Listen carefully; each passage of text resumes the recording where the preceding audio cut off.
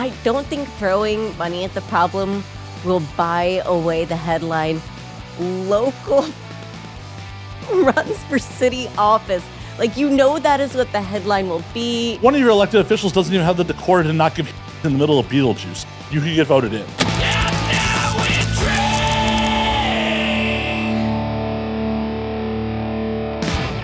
We're just burning material, before the recorder starts. Bantering. Yep. Bantering for the sake of bantering. Here I go again, drinking. Again. You're allowed to when I'm not doing a sound check. No one said you can't hydrate, Alice. He'll hydrate. That seems a little too close to something else. Oh, good point. That's fair. That's fair. Are you making your heel turn? You're gonna be evil Captain America now? Definitely no. No. None of that. Some of my family members are Jewish. They would not appreciate that. Yeah, I can see that. Be not the vibes. I actually have no idea what I'm doing with mixing this, so I'm just like... Well, you add ingredients so you're happy with it, and then you consume. I'm pretty sure a gin and tonic contains tonic and gin and these here limes, yeah? Yeah. Oh. Shit. We're gonna avoid the electron. Yeah. I was gonna say, close that. I didn't open it, don't worry. Well, yeah, but I was like... Party fouls happening 10 seconds in. Sorry. I'm sorry, I'm a squirter. You will not be the first or last on this show. It's still coming. That's what she said. And now we gotta edge the bottle to get it open. Just real. Yeah. Just like that. Ooh. See, this is why they normally make your clientele wear condoms to catch it all. Yeah. They're required by law. I understand. You don't know how to deal with it unprotected. Yeah, no. Not gonna lie. It is so rare I have an encounter with unprotected. I'm like, what is this exotic substance? What do I do with this? And I feel like I just kind of am like, ugh. I got so goopy. I got vibes of Nickelodeon gack. No. That's not the vibes that they want when you're filming for that, though. No. They want that ooh, not the ooh, face. Very different faces. No, I don't know why someone hasn't done you can't do that on television porn parody where like someone gets slimed with a bucket of cum. Have they not done that yet? Surely they've done that yet. I'm sure they have. Come on, there's no way that's not been done. Well, it does not come up quickly in a Google search. Well, somebody needs to do that because that should exist. Oh my God. That's fucked. So in the attempt to find this, there's apparently a Roots porn parody. A what? Roots porn parody. That ain't right. That's some Rule 34 right there. Yep. There's a Chappelle Show porn parody. Oh, yeah, that's not surprising. No, there's a Martin porn parody. But there's not a you can't do that on television porn parody. That's a shame. That needs to be rectified and fixed immediately. Yeah, I mean, it could be that, like, because that was a kid's TV show. Making a porn version of a kid's TV show might be a little too taboo. I don't know. Is there such a thing as too taboo? I don't know. In modern America, like, the pendulum swings so much. This is true. I'll drink to that. That is very real. Oh, my God. Nothing like elected officials' husbands being outed as into their bimbofication, which, God bless, but also don't be a giant hypocrite about it, please. Oh my God. Okay. To be real honest about it here, I saw the news, I verified it was real news, and immediately started texting friends and say, which one of you released this? Like, which one of you? I know somewhere in the Whisper Network, one of us knew who dropped this, because I just want to say thank you. Well, now that it's out, like, multiple people have come forward. It is a work of art at this point. I mean, truly, this is a work of art. Well, and with as much work as Christie's had done, you'd think that, like, she would have been enough for him. But no. No, it's not the same. You gotta live it, breathe it, feel it. Yeah, but they could have role played that together.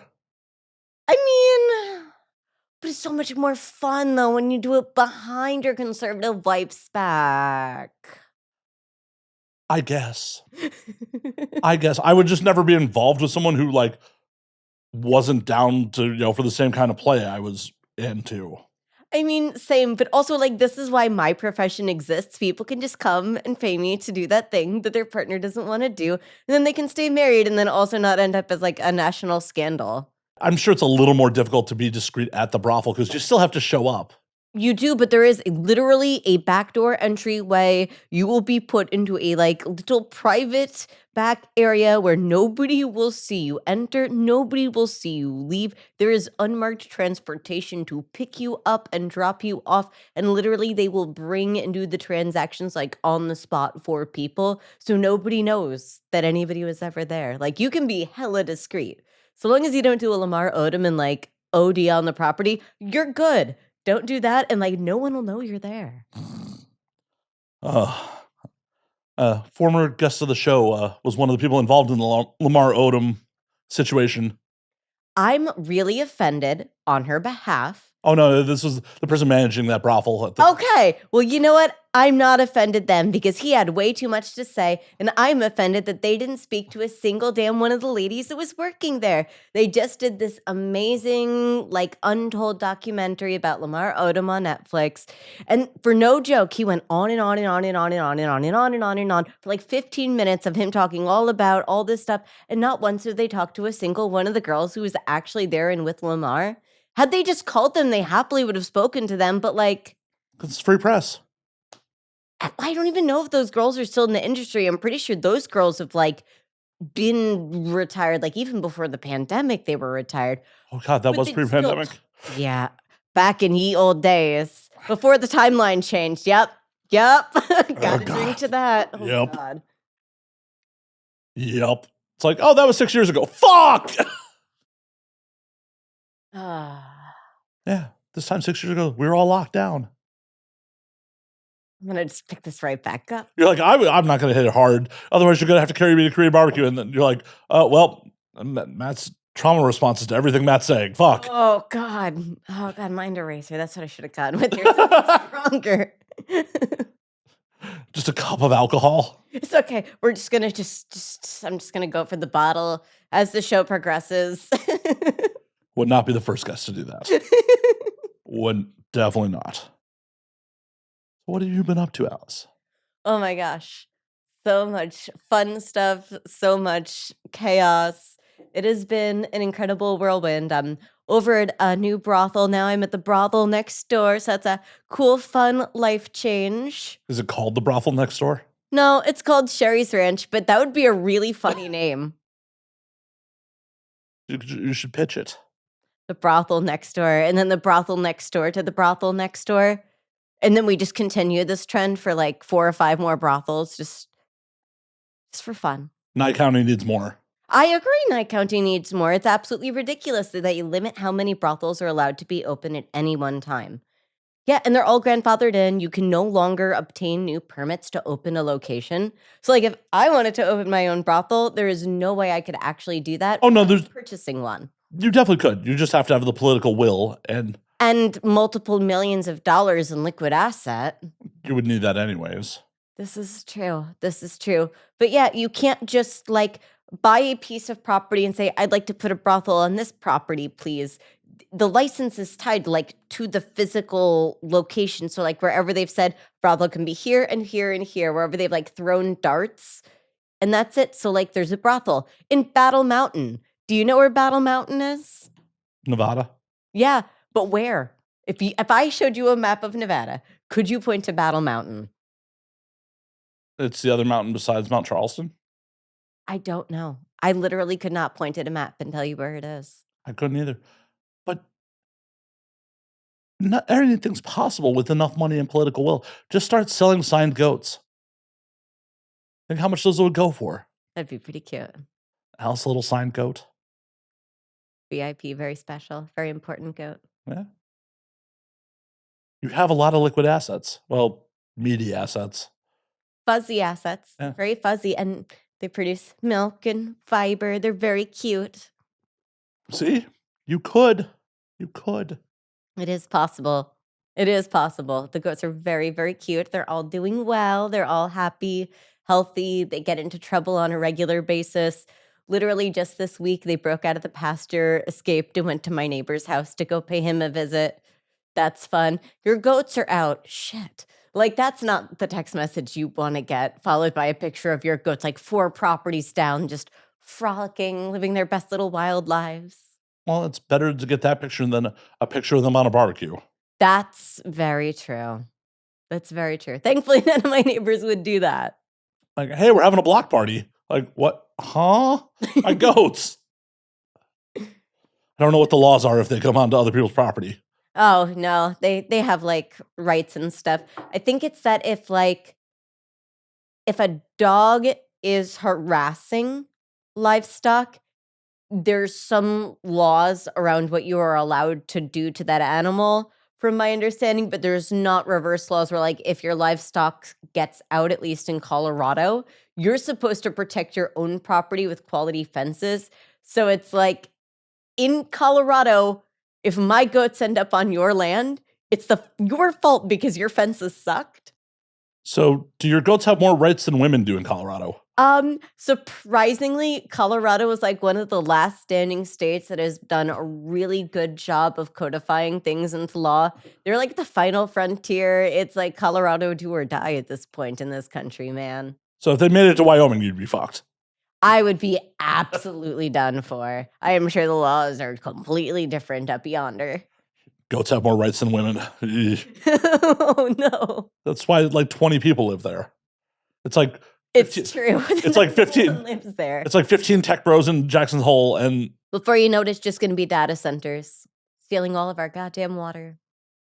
they don't take that much. They take enough that it's impacting my water rights. I am personally being impacted by data centers popping up in my community.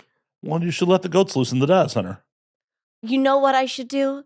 I should bring the goats with me and protest. Well, I'm just saying, I doubt Next town hall meeting, I'm bringing the goats. I'm just saying, I'm pretty sure the data center doesn't have adequate fencing to keep the goats out. Oh, I'm sure that they don't. Just let them loose. On. Let them loose in the data center. They eat some cables. Data center goes down.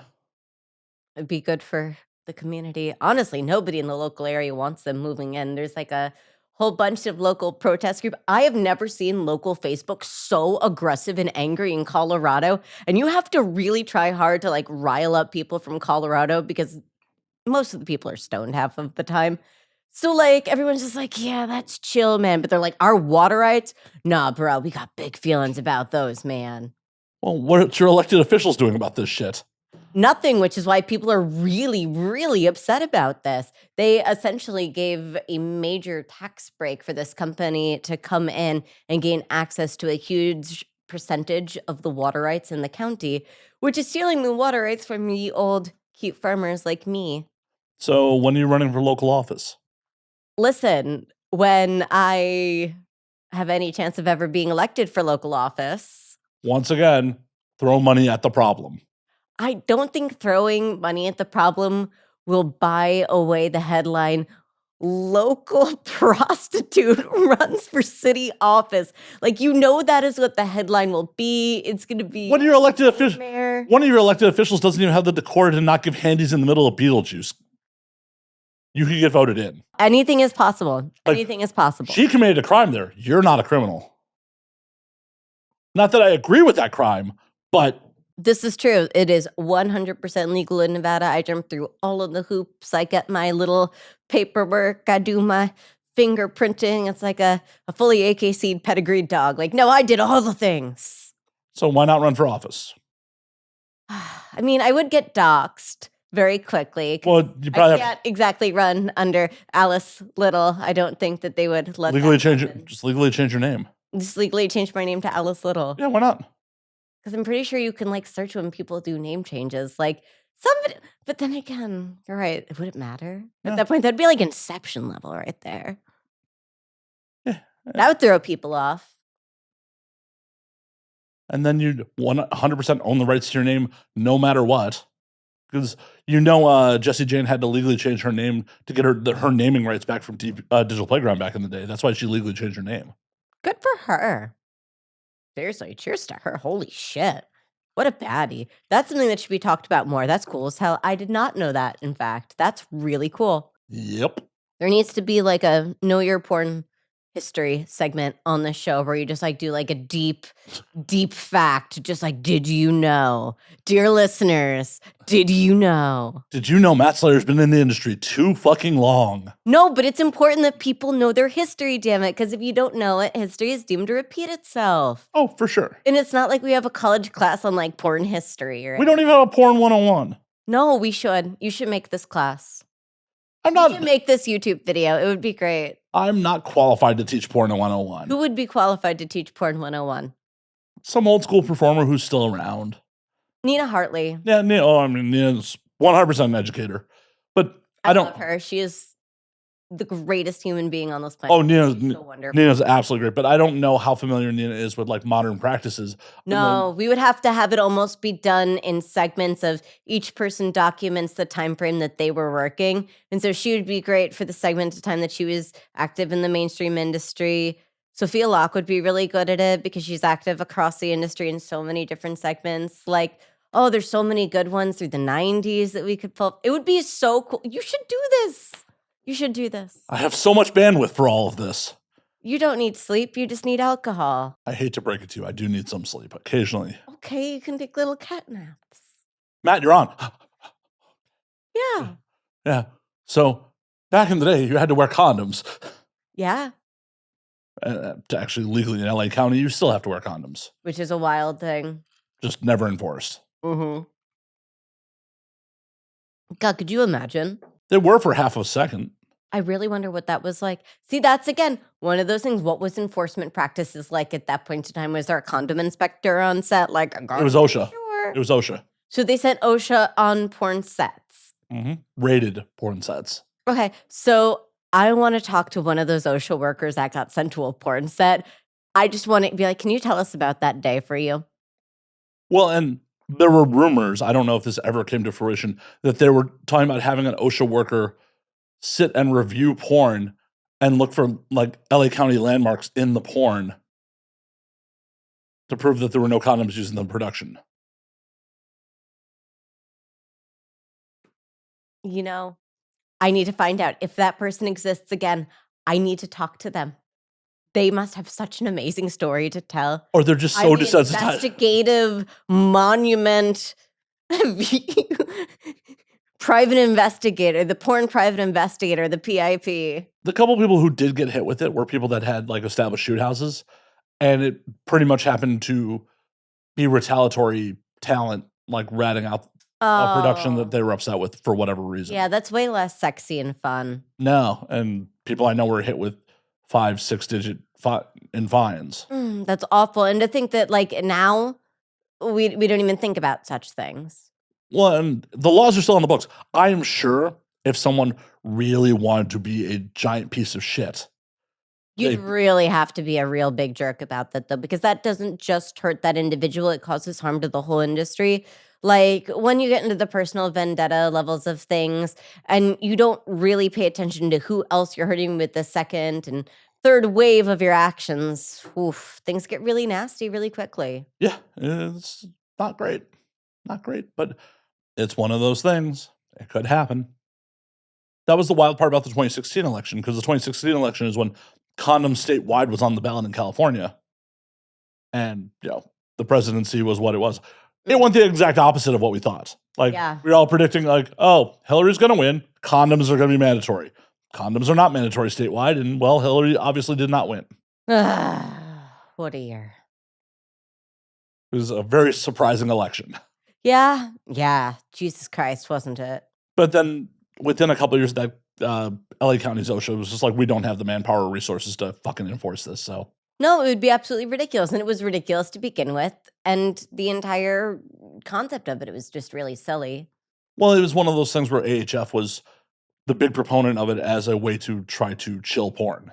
Unsurprising. Everything is always done with the idea of save the kids, but it's all about limiting what adults are able to do. I think it was Michael Federosi who's espoused this multiple times. Porn performers are like stunt workers. They know what they're signing up for. They know the inherent risks with the job they signed up for. allow adults to take the risks that they're willing to take. Yes. Yes. At the end of the day, they're independent contractors who are signing on to do these very specific things. They've negotiated it with their colleagues. They understand what their compensation is going to be for these things. They know the risks. They know the benefits. They know the expectations. They know the safety protocols on set. It's not like it's the wild, wild west where everybody's just showing up and having at it. Like there's a whole elaborate protocol and process that most people have no idea even goes on. Well, yeah, because That's unsexy. exactly, because the business is selling a fantasy. The business is selling the fantasy of, oh, you're such a hot slut, you'll fuck everyone. No, you're never going to have the real BTS of everybody breaking out their IDs and filling out the paperwork and verifying all the test results and having the communication beforehand. You're lucky that some productions will still set up and allow the talent to discuss like the safety and like, okay, well, what's our safe word beforehand? Like you see that for kink sets sometimes, but like I don't think any mainstream porn has like. Oh, it's much more commonplace than it used to be.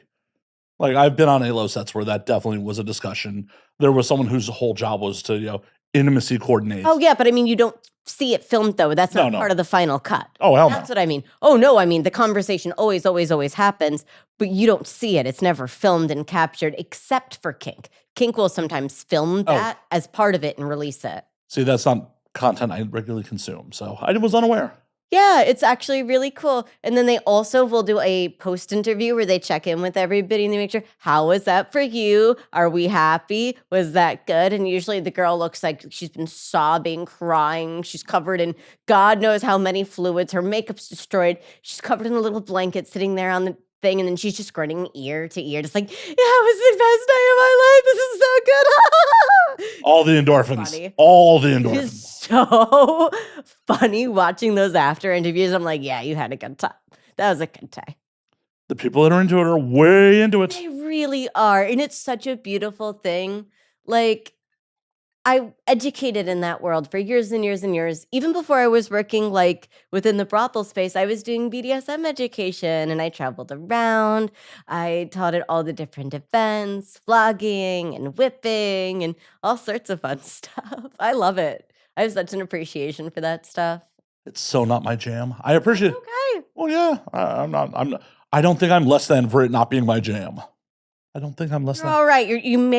You may not be super unvanilla, but that's okay. Vanilla's very rare. That's true. Very few things actually are vanilla these days. There's just like vanilla spice. Well, actual vanilla only comes from like motherfucking Madagascar. That is true. That is very true. It is a very expensive spice. Right. Chocolate is much more common than vanilla. This is true. But no, everyone wants to say vanilla. Yeah. It's a bad nomenclature. So you think the nomenclature should be chocolate? Well, no, because then people will have racial undertones. Yeah, that's going to be problematic. So it can't be chocolate. Cola. Ew. That's also not great. Gotta be something else. Coca-Cola is like the #1 selling thing and is based on cola nuts. I don't like Coca-Cola. I don't drink a lot of soda. Sorry. I don't own stock in Coke. It's fine. Like, I don't know. This isn't the shareholders meeting. You don't have to like. I'm sorry, Matt. I don't drink Coca-Cola. The stock price is gonna plummet. Gross. Feel like I'm gonna offend someone and be like, F this. Perfect. Engagement. Beautiful. I don't know. But if it's not vanilla, it's gotta be something. Cinnamon? But that's kind of like in the spicy-ish realm. Pumpkin. Pumpkin spice. Yes. Yes. That is as basic as it gets. It's the pumpkin spice of ice cream. Pumpkin spice is the flavor. Like, yeah. From this day forward, you are no longer vanilla. You are pumpkin spice. You basic bitch. Yes. I love that. I think we should make it a thing. Pumpkin spice sex. Yeah. I mean, and it even is very self-descriptive, isn't it? Like, what is pumpkin spice sex? You know exactly what that is. And you're like, oh, okay. It seems to imply that it's seasonal, too. Oh, no. Limited release. Get it while you can. Yep. But unfortunately, that describes so many people's sex lives. So It does. It does. It unfortunately could fit for so many people. yeah, Oof. it's so pumpkin spice. Oof. It's not very great. It's only available every once in a blue moon, and you gotta rush to get it because, oh, at least you can get something, anything. Oh, God, I feel like such a I've definitely offended somebody's sex life here. Womp womp. They should do things to change it. Yes, make it less pumpkin spice. If your sex life sucks, that's a choice you're making. I agree. I definitely agree with that. I know so professionally. I'm professionally the solution. Yes, every day, people just like you make the choice to have consenting sex. Ooh, ah. Speaking of consenting sex, did you hear that Illinois has got a measure on the books to fully decrim sex work? Illinois, or was that Colorado? No, Illinois. Okay, because Colorado made an attempt that lasted for like a whole week, and then they were like, actually, JK. But that would be great if Illinois has like a real push actively going. That would be very exciting. Yeah, it's SB 2391, which proposes full decriminalization of adult consensual sex work. The bill seeks to remove criminal penalties, currently a Class A misdemeanor, expunge past records, Oh, that's gorgeous. and establish a sex workers' bill of rights to enhance safety and prevent exploitation. If passes, this will make Illinois the first U.S. state to fully decriminalize. That would be fantastic. It's very, very similar to the proposal that Colorado put forward and abandoned. Hopefully, Illinois doesn't abandon this. Hopefully, this moves forward. Anybody who lives in Illinois, like, this is a serious PSA. If you live in Illinois, you need to call your representatives and demand that they support this, please. Literally, you need to do this. This is like your responsibility to be a good ally. Do the thing. Well, and I didn't even know this. Illinois apparently in 2013 reduced it from a felony to a misdemeanor. Yes, I was aware of that. A lot of states did the reduction from felony to misdemeanor, and then some selective counties, depending upon who the police chief was, also went so far as to say that they would not be pursuing consensual sex work cases for prostitution charges, that if it was a consenting worker, they would not be pursuing that charge. But it was very circumstantial, and as you can imagine, Probably not enforced equally. Ding, ding, ding, ding, ding, ding, ding. Yeah. 100%. But 100%. this is apparently the slippery slope that they talk about. You know, oh, they made a misdemeanor, and now the slippery slope is going to be full decrim. Full decrim is a dream. I think that is inevitably the future for sex work, not just here in the States, but nationally. Other countries have already started to progress towards full decriminalization efforts, and it works. We see the benefits. So do you think if Illinois fully decrims, the industry up and moves to Chicago? I don't think that the industry will up and move to Chicago because there already is an industry in Chicago. That's the thing.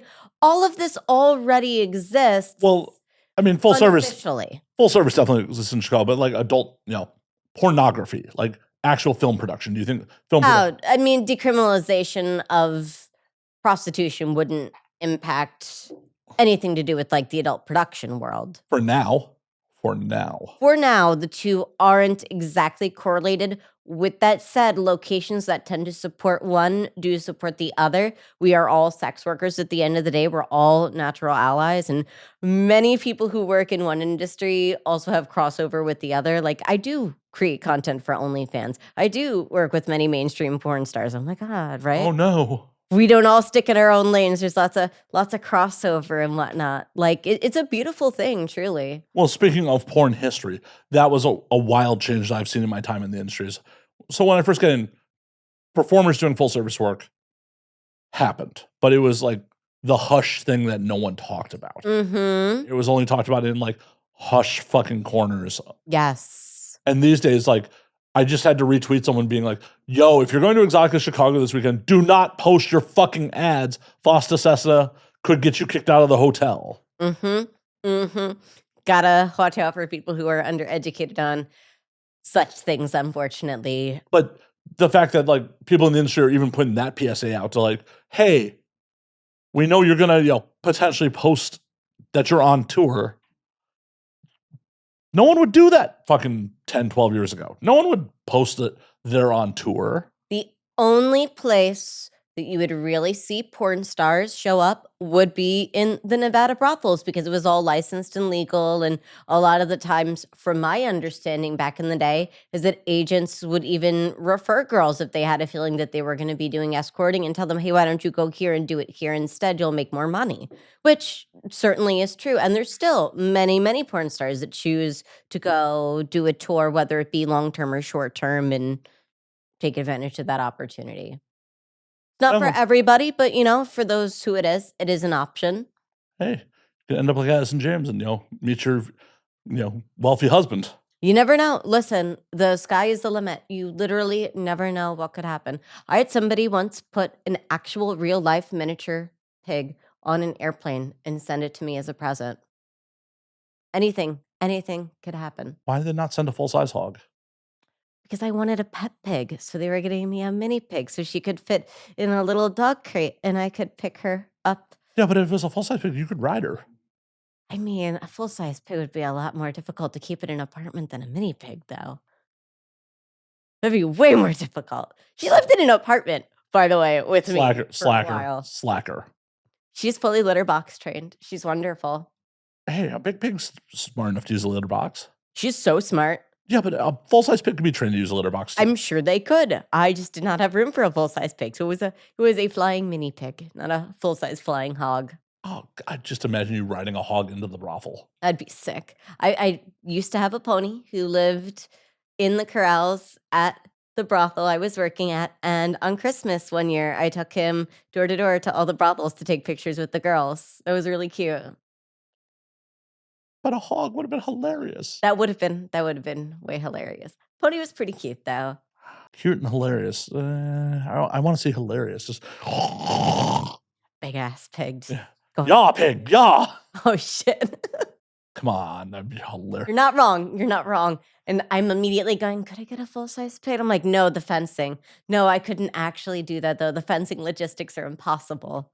Pigs are smart. They get They out. are. Wanda, God bless her. She knows how to lift every single fence gate on my property. So she will let herself in with the horses and with the goats into the backyard. She goes wherever she wants. It's really, really frightful how smart she is. See, what you need to invest in is electronic locks that are tied to collars.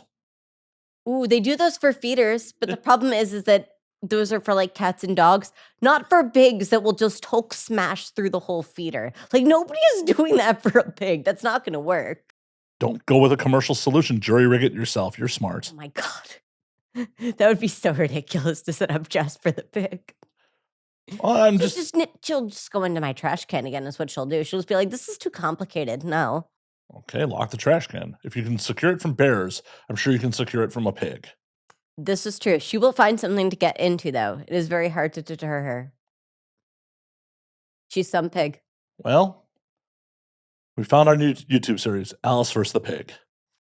It's me versus the goats and the pigs and me versus farm. That's the real series there because it is always something trying to repair the fences. Somebody's doing some sort of bullshit or shenanigans. Somebody's hurt themselves in the dumbest way possible. Like, where do you find time to see clients? Dude, there's a reason why I have to go and stay there for like a week or two to be able to get the laws. The laws are the reason you gotta stay there for a week. No. Nope. Actually, the law was changed right before the pandemic. In Nye County, previously, the law was that you had to stay on the physical property or your doctor's test would expire. Right. I started a movement before the pandemic called stoplockdown.org. This was a real website, and the goal of this was to stop. I don't think it's active anymore. You can check, but it was stoplockdown.org. And the goal of this was to convince the county to change that particular law. And they did. So the lockdown law changed just before the entire world went on to lockdown. No shit. So technically, girls can now run back into town if they need to. Like if I wanted to go from the ranch into Vegas to like go see the Devil Wears Prada 2 on my birthday, I could totally do that. Yeah, there's nothing legally preventing me from being able to do that now. So that law, totally gone. So you got a law changed already, and you're like, oh, I can't run for public office. I can't get a brothel, my own brothel. The fuck are you talking about? You literally have already changed laws. And you're like, no, I don't know in what world I could possibly do that. It's a thing. I think you're just contradicting yourself here. Okay, well, I can only do so many things at one time. I can't do everything. Well, I gotta Only one of me. We need to clone me. Oh, there's some people that'd be upset about that. Could you imagine? Do you imagine if there were 2 of me running around? Only 2? Why would you stop at 2 if you're An gonna... army. Yeah. Why would you stop at 2 if you're gonna clone yourself? That's true. I would have like a whole like Willy Wonka army of me. It would be like the unstoppable little force. Have Alice little cage fights. You could have your clones fight each other. That would be amazing. I went to Thailand recently and got to see like Thai fighting. So freaking cool. Oh my God. Not gonna lie, I'm watching that. I'm like, this is kind of hot. This is sexy. I think I need to get into like wrestling or like Muay Thai or something. I'm like, I could kind of be into this. Like a second career in like WWE or something. Like, What's stopping you? I mean, fucking, there are so many MMA gyms in Vegas. it's true. There are a lot of them. I don't know who else would be in my like size class though. I'm gonna end up fighting children, but that's okay. Hey, as long as their parents sign the waiver. No, that'd be terrible. As long as their parents sign the waiver.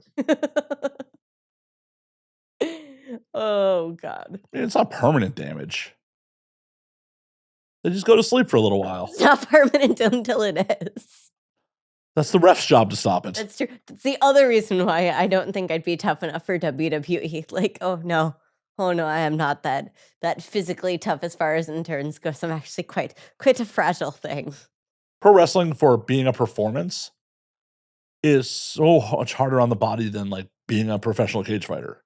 Because your average MMA fighter is fighting a handful of times a year. Mm-hmm. Versus your average WWE performers on the road performing 200 nights a year. That's an unbelievably rigorous schedule. It's comparable to the schedule of a lot of like pro porn stars, really, when you think about it. No one's working that much. Well, I don't know. Between collaborations, customs, professional content, streaming, I could see girls working 200 days a year. Okay, for sure.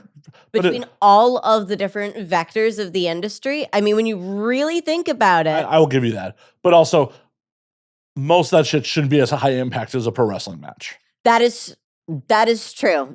Some of it might be. Some of it definitely is. I have seen some of the things that my colleagues are doing, and I am so impressed. I get it. Listen, I watch some of that stuff, and I'm like, bravo. Like, you deserve every award on the planet for this. Like, you deserve a Nobel Peace Prize for this. How like physics were broken this day. Yeah, it's like, how's that not touching your esophagus from down here? Unreal.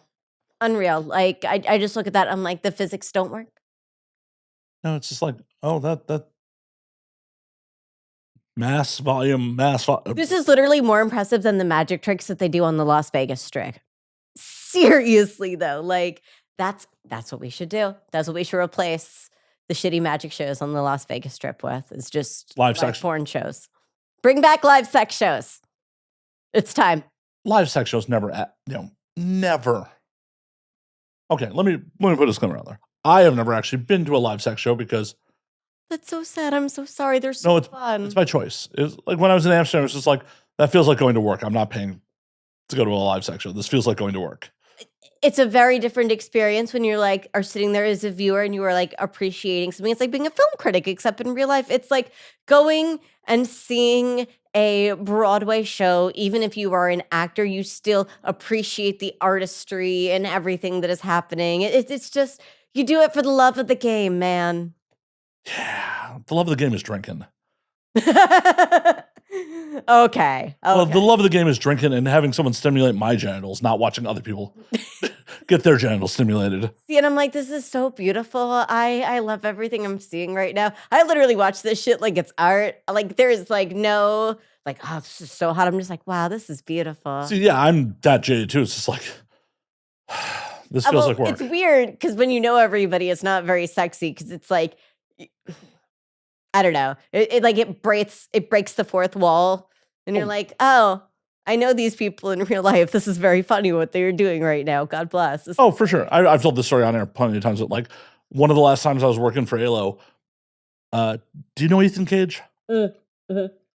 Ethan and I were working on the same set, and we are less than like 2 feet away from the action, and we're both like, we got to replace that couch. Like the cushions were hitting the floor while they were banging on it, Ooh, and no. both of us are just like, yeah, that couch has to be replaced. Like there are 2 very attractive people that people pay money to watch fuck within arm's reach of us, and we're just both like, the couch. Yeah. Like, That's your job, is to pay attention to that couch. yeah, but it's also just like so jaded to Yeah. the situation. And that's why like, But it's both like the jaded and also professionalism at a certain point too. oh no, we were That kind of laughing about it.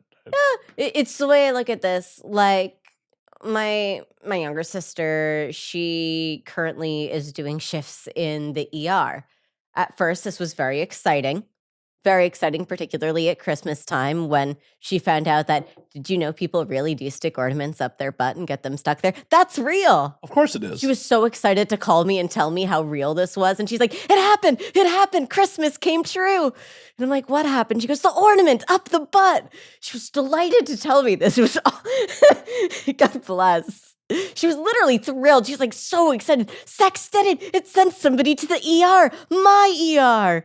You know, patient confidentiality. I got no details beyond it happened, of course. But I'm like, yeah, I'm not surprised. God bless. Yeah. But like, you want somebody who's like 5 Christmases and who's like, yeah, the ornament up the ass. We know. We don't care. Yeah. Like that's the point you're looking to get to somebody to. And I feel like that's where you get to in the porn industry where you're like, yeah, 3 dicks up the butt. We know, whatever. Coolsies.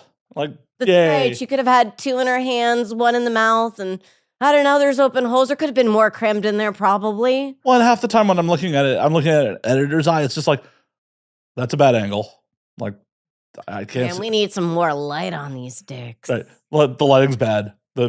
I can't see penetration. Like, it's so robotic. It's just like, this isn't stimulating at all. No, because the actual reality of filming this stuff isn't really sexy, which is why we have to talk about sexy things, because the actual reality of doing it isn't sexy. But the end product sure looks great. Well, yeah, and that's why everyone thinks it's easy. Because if your end product is done well, it looks easy. It's just like the Olympics. Yeah, you see them twirling around up there, doing their whole little like gymnastics routine. You're like, yeah, I could do that on a pommel horse. No, you couldn't. Can you even do a push-up? Can you make it onto the pommel horse? Step 1, mount the pommel horse. And I'm not even talking like suspend yourself up on the pommel horse. Can you get onto it? Yeah. Yes. Like, are you physically? I don't think I could. I definitely couldn't suspend my weight on a pommel horse. I would need a real big leap. I'd need a little bit of like Uppie's help for that. Yeah, at least you're like gymnastic size. That is true. I am the exact same size as Simone Biles. See, I'm not gymnastic size, so it would, No, maybe not. Not so much. But there is an Olympic sport out there for you. Maybe handball, What am I, yuppie? table tennis. What am I, a fucking yuppie handball? I don't know. Pick a sport. Do sailing. That'd be cool. Curling. There you go. That's sexy. Curling's real sexy. You're super aggressive scrubbing back and forth on the ice. Yeah, I feel like sexy. I feel like curling is a drinking sport. It is a drinking sport. You're literally just like it is 100%. It is. It's just like, oh, well, my partner's doing this. Ah, Come on, you know those guys are great in bed. You know they got the technique down, the full body action. possibly. Well, the Olympic villages are supposed to be, fuck fests. They burn through all the condoms every year. Every year. So many goddamn condoms every year. I tried to find an Olympic condom on eBay. I wanted one as a souvenir. I thought that'd be really funny to like frame and hang on my wall, just an Olympic condom, and then just like condoms from all the years of the Olympics. Wouldn't that be such a cool shadow? It'd be more amazing if you got personally used condoms from every Olympics. Oh man! Oh shit! I don't think that's gonna happen. That'd be crazy. What, you don't think you can bang an Olympian? Listen, I can neither confirm nor deny that I have been with an Olympian. Well, why didn't they bring you a condom? Why didn't they bring you an Olympic condom? Because neither confirming or denying is not a no. If it didn't happen, It's not. If it was it's not anything. It's a non-answer. Right. It's a non-answer because we don't tell in the probable world. But if it was a no, it would just be a no. So well, it wasn't. There is no confirmation. There is no comment. There's no comment at this time. Right. It's plausible deniability. But if the answer was no, the answer would just be no. That hasn't happened. I'm not wrong. I'm not going to comment because I feel like I'm just going to dig a hole. You will. It's like pleading the fifth. It's like, oh, I'm not going to self-incriminate because I'm not going to give details of what that incrimination is. But there's definitely something there to self-incriminate when you plead the fifth. Yeah, that's true, isn't it? More people should just take the fifth to, like, throw people off or something, maybe. I don't know. Everyone has it in their head when you plead the fifth that something happened. But you have to be able to prove a crime beyond unreasonable doubt. Therefore, it's a blanket, I'm not self-incriminating. This is very true. This is why everybody should just ask to talk to their lawyers immediately and not plead anything and just don't say anything. It's like those two pot lawyers who are just like, shut the fuck up. Yes. Oh my God. Yes, exactly.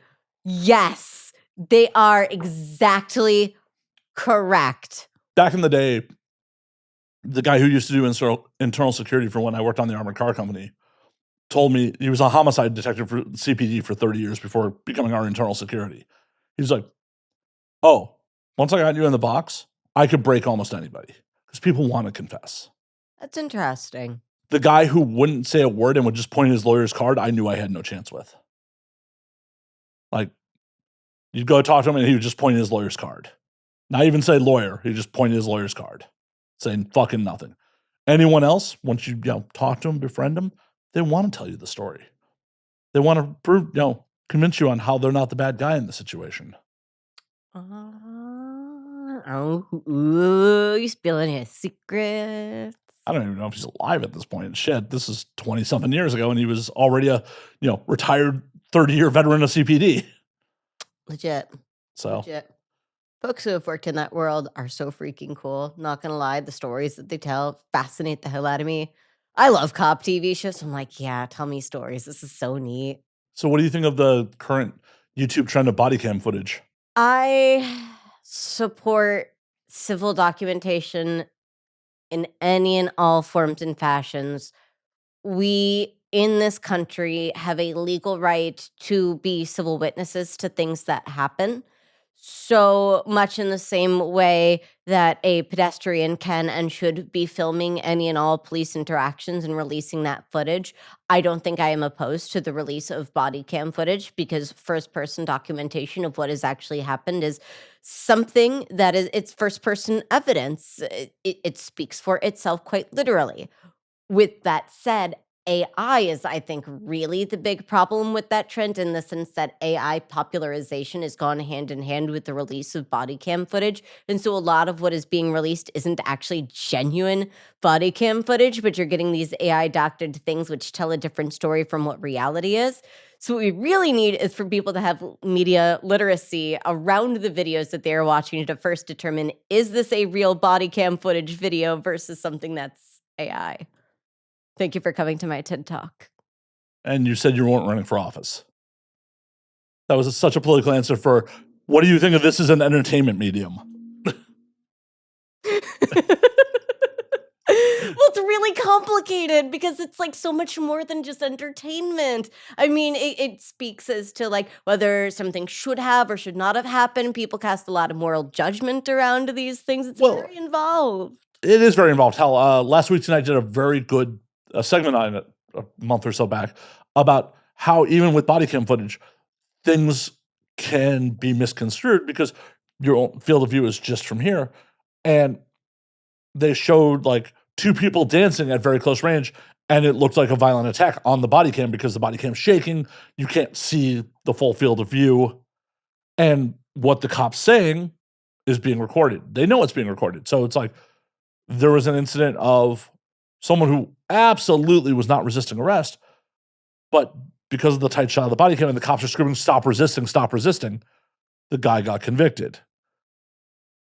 So he was almost in a worse state because of the body cam footage. That very much so speaks to the need for everybody to be recording police interactions. If you see something, stop, pick up your camera and record. Stay on the scene. Make sure that you share your contact information either with that individual, get the case information, get the officer's name, make sure that that footage ends up being available once that case reaches trial. It's very important as citizens that we all do our part.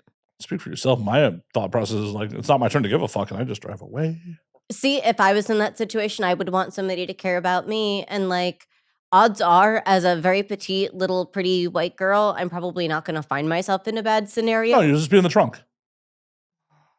That's terrible. That's terrible. But like, I'm probably not the person that is being targeted for these kinds of attacks. So I feel like very much so it is my role as the person with a certain level of privilege to stop, take out my camera, and make sure that like there isn't harm being committed against other people. Well, so in modern society, it's such a weird situation because it's like there are times where, yes, people are sitting there filming, like not even just talking about police interactions, like other violent interactions, where it's like back in the day, someone would actually potentially physically intervene in these situations, but they're much more likely to just pull out their phone and film it and let it, play out in front of them. And I'm of two mindsets about it. It's like, one, well, having that footage is great for whatever happens down the road. And two, you don't know how this is going to escalate and how much you're putting yourself in personal danger to intervene. Yes, and that's a very, very personal question that you have to ask yourself, and you have to really go through your own personal thing. Like, well, what is happening in this scenario? Are we talking fists? Are we talking knives? Or are we talking guns? These are all very different degrees of personal risk. And fists, like I am 4'8". If there is a 6'10" man that is committing violence against another petite woman, I physically am probably not going to be able to do a very good job of stopping him unless I physically have a gun or a weapon. Like that is the level of escalation that would be necessary for me to intervene. But also, even if it starts at fists, doesn't mean it won't escalate to weapons or hell. Even if it doesn't escalate, it goes wrong in some way, and then you're just civilly liable. Yes. So, liability is a ridiculous thing in this country, too. There's lots of potential considerations. Yeah. It's really, really unfortunate. Hell, the person you save may be litigious against you for whatever fucking reason. And oftentimes the reason why they have to be litigious against you is because their insurance won't give them coverage unless they try to sue everybody that was involved first. It's such a fucked up system. Right. So it's... What happy conversations we're having tonight. Welcome to the real world. It's honest though. And I think it's important to like be mindful and aware of these things because they do exist and they do happen. Well, and unfortunately, a lot of dudes have this fucking like cowboy fucking fantasy in their mind. Like, oh, I would never let that go down. Like, dog, you don't understand the real consequences of violence. No. Most of the guys who say that have never even been in like a real physical alteration. Story time. I was stabbed in the face when I was 18 and I lived in New York City on a subway train. I have a scar like right here to prove it. So as somebody who's actually been in a real actual altercation, most people have never been and don't know how they're going to respond in those things. Well, they don't know how they're going to respond to violence, but even if they don't respond with freeze or flight, they don't understand the actual consequences of violence. Like, it just takes bad luck. No matter how trained, how skilled you are, catching a bad shot and falling down wrong 100% could be life-altering. Yes. Oh, God, yeah. I mean, literally, had it been just a little bit, like, higher up on my face, it easily could have gotten my eye. Like, but I'm assuming in that situation, you weren't instigating it, though. No, I was literally just, like, taking the subway home, and the guy asked to take my bag, and I told him to go fuck himself, and then he put a knife in my face. It was not super fun. No, definitely was not. He did not get my bag, though. I kept my bag. Was it worth it? It wasn't a particularly nice bag. I was like 18 at the time. I didn't have any money. It was like a little crappy bag. I just didn't want to give him my bag. It was the principle of the matter. It's my goddamn bag. Right. Was the principle worth it? I think so. I mean, okay. I sounded like a badass and I'm like, no, fuck you. I'm not going to give you my bag. And that's a personal decision. I'm not saying you're right or wrong in that situation. I'm just saying in hindsight, being, years after the fact, was your 18-year-old self, was that the right decision? 18-year-old me made lots of interesting life choices. Try not to judge 18-year-old me too harshly. I'm not saying it's a harsh judgment, but I'm just saying, if you were to replay it today, if you were... Oh, God. Today's day and age, to give you an idea, like, I could afford a very nice handbag if I wanted to. Well, I'm saying you're at the same... I carry the world's shittiest handbag, so if I find myself in that situation again, I'm like, yeah, fuck you, here you go. I don't even care. Well, I'm just saying, if you're in the same financial... I would not take the knife these days. I would just be like, take it. Well, I'm saying, even if you're in the same financial situation you were at 18, would you just be like, yep, here you go? I probably would, honestly. Because at a certain point, like, there was nothing in that bag that was worth it then, and I don't carry anything in my bag today that is worth it. And, like, I have so much, like, I don't know if the word is concern or not, but when I see girls walk around with, like, the actual legitimate, very expensive, like, $25,000 plus handbags, a little certain part of me is just, like, anxious a little bit for them having been through that experience where, like, I almost feel more aware of the safety of the situation when people are doing, like, that kind of display of things depending on where they are, like... Well, and that's the thing. There is no magic bubble that keeps bad people out of, nice neighborhoods.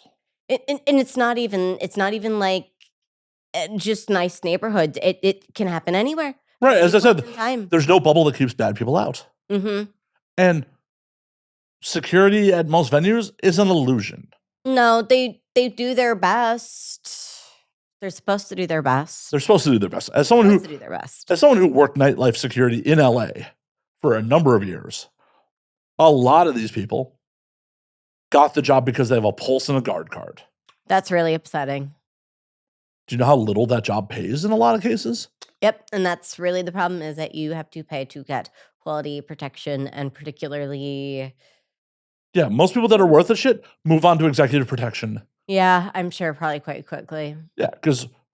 I mean, shoot, there's even like ladies we know in the industry that have started bringing their own, like, security to their booths at some of the events because it's just enough of a concern and they need that protection. I did that job. As is needed. It's important. It's an important job, frankly speaking. I mean, like, not to be... Well, yeah, fuck it. Let's do it. Let's get real dark here for a second. Hold on. The audio lines. Alice took a giant swig there. Yeah. Like, it's the Christina Grimmie situation, man. I mean, she was a vocalist. Google it, Christina Grimmie. Yeah, where she was assassinated at her meet and greet. Yeah. Yeah, no, I remember I think of that every single year as we start to approach award season. I think of it every single year, and I stress. And you should. And you should. Because as much as I joke about it, I have never failed to smuggle a full bottle of liquor into AVN. Every year. They go through my bags, and I'm still managed to bring full bottles of liquor into the show. Yeah. Think if I was trying to bring something nefarious in. Yeah. Yeah. It's one of those things where it's like, it is something that everybody needs to be aware of. I am a big fan of personal safety and awareness. I think it is good for everybody to take real, legitimate personal safety classes, not women's self-defense classes that are offered for free by your local karate studio. Like, everybody should take, like, classes on situational awareness and just how to keep themselves safe. And so much of it is just knowing what is happening around you, keeping your wits about you, and then having consideration for the people that you've aligned yourself with in immediate proximity. And don't have fucking stupid pride about a situation. Yes. If you're like, this doesn't feel right, go with that. Yes, always. Always. Your gut is the most valuable tool that you have. So I Googled it real quick. The average Virgin Hotel security employee makes $21.91 an hour. I literally pay my people more than that to, like, scoop horse poop and help me out on my farm. Yeah. I pay people more than that for farm work, dude. Yeah, their hourly pay ranges between 17 and 21 an hour, depending on location. With the Las Vegas security roles averaging at 17 and 51 an hour. Why would someone who's making less than $18 an hour really give a fuck and put their lives on the line? No. No, not at all. In all reality, security is there to be a visual deterrent and observe and report in most cases. Mm-hmm. Mm-hmm. And at the end of the day, like when I was doing security, like there were points where like, oh, this is going to be a physical altercation. I'd bring overwhelming force to the situation. Like when I was working like nightlife and stuff, we'd bring overwhelming force to the situation because I'm not risking getting fucking hurt for what I'm making on this job. Absolutely. When I was doing it one-on-one for performers and shit like that, it was much more about like being aware of the situation and being like, hey, we need to go. Yes. Yes. Yes. And being mindful of how your booth is set up in a way that deters people from sneaking up behind you. Little things like that. There's just lots of little simple things that you can do to set yourself up for success. But at the end of the day, I was mostly there as a visual deterrent. Yeah. Oh, yeah. 100%. And at the end of the day, that has tremendous, tremendous value, clearly. Yeah. But someone who's truly determined, it won't fucking matter. I just get shot first. It's really, really unfortunate. And it's not like it's limited to any one country, any one situation. Japan just had a situation at their Pokemon Center in Tokyo with a knife stabbing. A girl's ex-boyfriend stalked her to work and unfortunately caused the end of her life there. Like, crazy. Like, it's not any one thing. It is just... Pikachu didn't protect her? Hmm? Pikachu didn't protect her? No, he didn't use Thunderbolt. Wasn't very effective. No. Oh! I don't know whether to laugh, cry, or clap. That might be the joke of the night right there. It's not over. Oh, shit. Damn, dude, I set you up way too nice for that. That was T-ball. That was... Oh. Ouch. Hopefully it was over quick for her. Awful. Awful stuff. But yeah, that's why... No, humanity's always been awful. Like, just because of the internet, we're more aware of it. Because 20 years ago, would you have gotten news about Japan? About a stabbing in Japan? No. Probably. Well, maybe 20 years ago. Not 30. Definitely not 30. No, I was definitely not paying attention to the news 30 years ago. Well, it wouldn't have made the news 30 years ago. It wouldn't have been readily available on, to be easily digested via electric fucking medium 30 years ago. And it wouldn't have been 20 years ago. 2005, Twitter wasn't a thing yet. 2006. Fuck. It's 20 years ago, it's 2006. Not 2005. You're old. Shit. Ouch. You even in your 40s yet? Right. Talk to me when you're in your 40s. I feel old. Wait till you're actually in your 40s. Then you'll feel old. Okay. Legit. Yeah. I was woken up at 5 o'clock in the morning last night with a Charlie horse out of nowhere.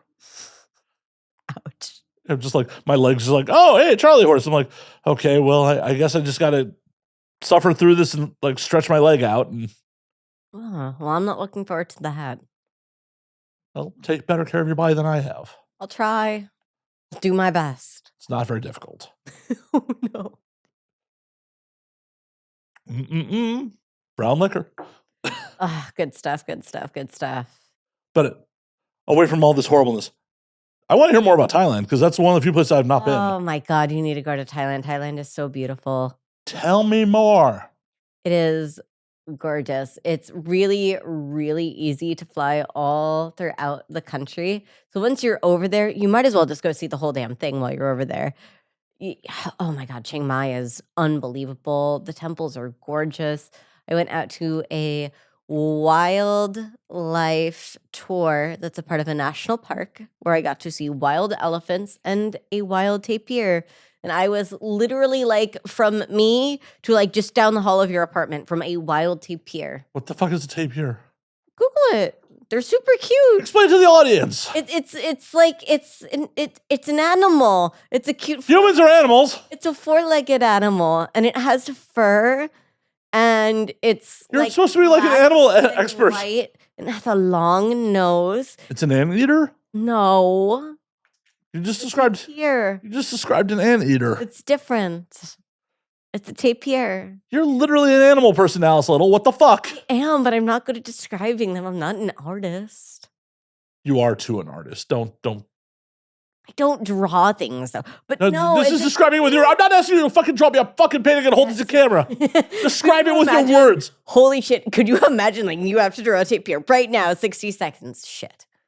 Al's little Pictionary. Oh no, it would be bad. All you would get is hilarious. It would just be a picture of a dick. That's all you would get on this show. It would just be pictures of dicks. It sounds like when I play Jackbox. Anytime there's a drawing game, it's like I just draw a penis. Yeah. And poorly drawn penis at that. It doesn't have to be good. No. No, honestly, it's better when they're bad. Yeah. Badly drawn. That is. I was about to say, like, we classify badly. You have so much more experience with penises than I do that I will take your word for it. Badly drawn ones are hilarious. But yeah, it's unbelievable. Certainly worth traveling to. Oh my God, you can get massages for like $10 an hour. Like for real, it is like $10 USD. Happy ending or no? I did not experience a happy ending personally. Boo. But there are very elaborate areas for this. They are far ahead of us when it comes to sex workers' rights. They have brothels in Thailand that are completely owned and co-opted by the women workers themselves. One of the politicians, Michai, who is also responsible for bringing condoms to Thailand back in the 70s, set up a nonprofit that does education for the children of sex workers. So they're like years and years ahead of us when it comes to like sex workers' rights. So this is all things you could be doing. Yeah. I mean, we don't need a whole education system for sex workers' rights because we don't have like customary sex work being generational in this country, but like... We do, just unofficially. Yeah, that's true. Or sometimes officially, and then people do press releases about it, which is always kind of interesting. That's always a choice when it's like a mother-daughter duo doing a scene together. Yeah. That's a choice. Yeah. I had a mother and daughter work at the brothel at the same time once. That was very bizarre to be in that scenario. I'm like, how fucking weird that must be for the kid. God dang, man. Who worked there first? The kid. It's probably for the best when you think about it. Like, that's probably the only appropriate way for that to go. I don't know. Weird the other way, the opposite, I think. It's a little weird to work on. It's kind of just weird, period. Listen, I don't judge, I don't stigmatize at all whatsoever. I mean, but we literally just did. We called it weird. We literally just... weird. It's a little bit, maybe a little. We're like, we don't stigmatize it. It's weird, but we don't stigmatize it. Listen, we don't judge. We don't judge. Listen, we literally just did. Calling it weird is judgment. I adore her. She is a wonderful girl. I hope that her and her mom made a shitload of money. At the same time, I think I would actually lose my personal goddamn mind if I had to work with my mother. I would actually lose my mind.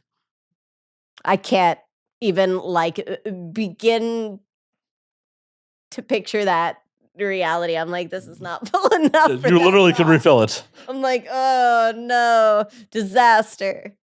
Literally, the accoutrements are in front of you to refill it whenever you'd like. Oh, don't worry. I probably will. You're like, yeah, this has gotten way weirder than the last time. Like, this just took a real dark turn here. Woof.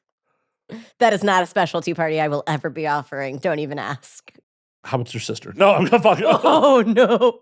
You know, I do have a very funny story about this. A little bit funny story about this. So I am a Googleable person. So a couple of her friends found out what I do. And they were not offended by this at all. They thought it was really cool. They were like, oh my God, that's so cool. That's your sister. And the next thing I knew, I became the like sex help hotline for her and all of her college friends. And they would just like ask me anything and everything from how do I get my boyfriend to be cool with sex toys in the bedroom to I want to have a threesome with my boyfriend. How do I talk my best friend into this? Like the craziest sex questions you can imagine. And it was just like, this is cool. I will be like your own personal Dr. Ruth here. Like, this is great. You're like the family member that has IT skills and everyone's coming to for computer fucking help. Yeah, except that everybody comes to me for like sex help. Yeah. Yeah. A little less useful, but... Listen, I could argue it's even more useful. I don't know. No orgasm has gotten my email checked. I'm sure you could find a way. Listen, if you play your cards right, someone's probably into it. No, most of the time people will distract me from my computer when they're trying to fuck me. Listen, that's also a thing. That is also a thing. Really frustrating when I was trying to upload an episode and like the girl's literally trying to mount me while I'm trying to upload. No, good for her. That's hilarious. That's hysterical. Good. Yeah. It was good until it wasn't. I think that's hysterical, personally. Listen, people are into everything here, man. People are into absolutely everything. Well, I literally, like, she pulled my pants down, like, you know, and started mounting and successfully mounted me, not even tried. And I'm just like, I gotta upload this week's episode, like, while she's riding me. I'm like, just give me a minute here to finish the upload, please. It's free use at that point, man. It's just... I mean, I technically was the one being free used because I... Yeah, you were the object in the scenario. Yep. Just like, please, just give me a minute here. Like, Unbelievable. I love it. I have deadlines. The trials and tribulations that go into getting the podcast up every week. That is not that one has not been a trial and tribulation in a number of years. So that was a long time ago. And that girl currently hates me. So oh no. Whatevs. Fair. That's fair. Could you imagine that as like a whole sex party? How crazy that would be, just like trying to distract your partner while they're working as a sex party. I mean, it'd be pretty fucking hilarious. Like, that'd be great. That'd be a great theme for a sex party. A sex hackathon, like it's all coders. I know the people who could probably organize this and make this happen. Listen, they organize consent, non-consent group orgies on the regular. This is enough of a thing that there are multiple orgy groups here in Colorado. Not in Colorado, in California. God, I've definitely been drinking the gin. Oh no. You were drinking on it, now we drink? How'd that happen? Right? So no, here in California, there are like multiple orgy groups that do this. Well, that would be hilarious. Just you get a bunch of coders together and be like, okay, the goal is to build a program that does X. And you are free use while you code. And the first person to finish the project wins. Yeah, actually. Or the girls win if they stop you from coding the project. It's a team sport. Points would be great. Like how far along in the project you can get. Yep. God, I hope I never get fucking... You can't vibe code it, though. That's cheating. Vibe coding is cheating. You have to do it by hand, old school way. Yeah. There's got to be rules. There's got to be rules. I really hope... That would be such a great themed orgy. I'm literally going to like pitch this and be like, hear me out, guys. I've got a great new theme here. And then the whole thing is because it's like C and C, like consent, non-consent. It's like, then you can try and prevent them from distracting you. Like you can tie them up or like try and hold them down to stop you. And then they're still trying to, oh my God.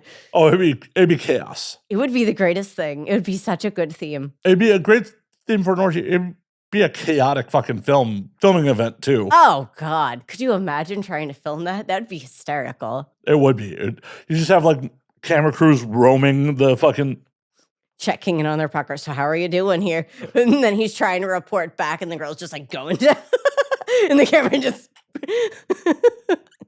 pans down, pans up, and he pans down. Yeah, I think this should be a thing. This in my back pocket, next group project. I think this should be a thing. I also never need to become a wealthy tech bro because this is how we do company parties. Like, that would be a hell of a company party. Could you imagine? Holy shit. Your NDA includes a lot of things. Oh boy, that's a hell of an NDA right there. Like, why are we all flying to fucking Pahrump to do coding? Because it'd be illegal to do that in California as a actual company event. But if we brought it to Sheri's. It's true. Or you can just like casually organize an orgy. That's perfectly legal. Yeah, as long as no money. But it might be problematic for the employees on the payroll because they're still being compensated while having sex. That's true. This has to be officially off hours. But then they're making work product. This is gonna be company retreat, the porn parody. That's what this is gonna be. The Amazon series, you were talking about parodies earlier. Just bring it back full circle. That would be such a good one to parody. Way to call back to fucking last time you were on, by the way. We didn't talk about parodies tonight.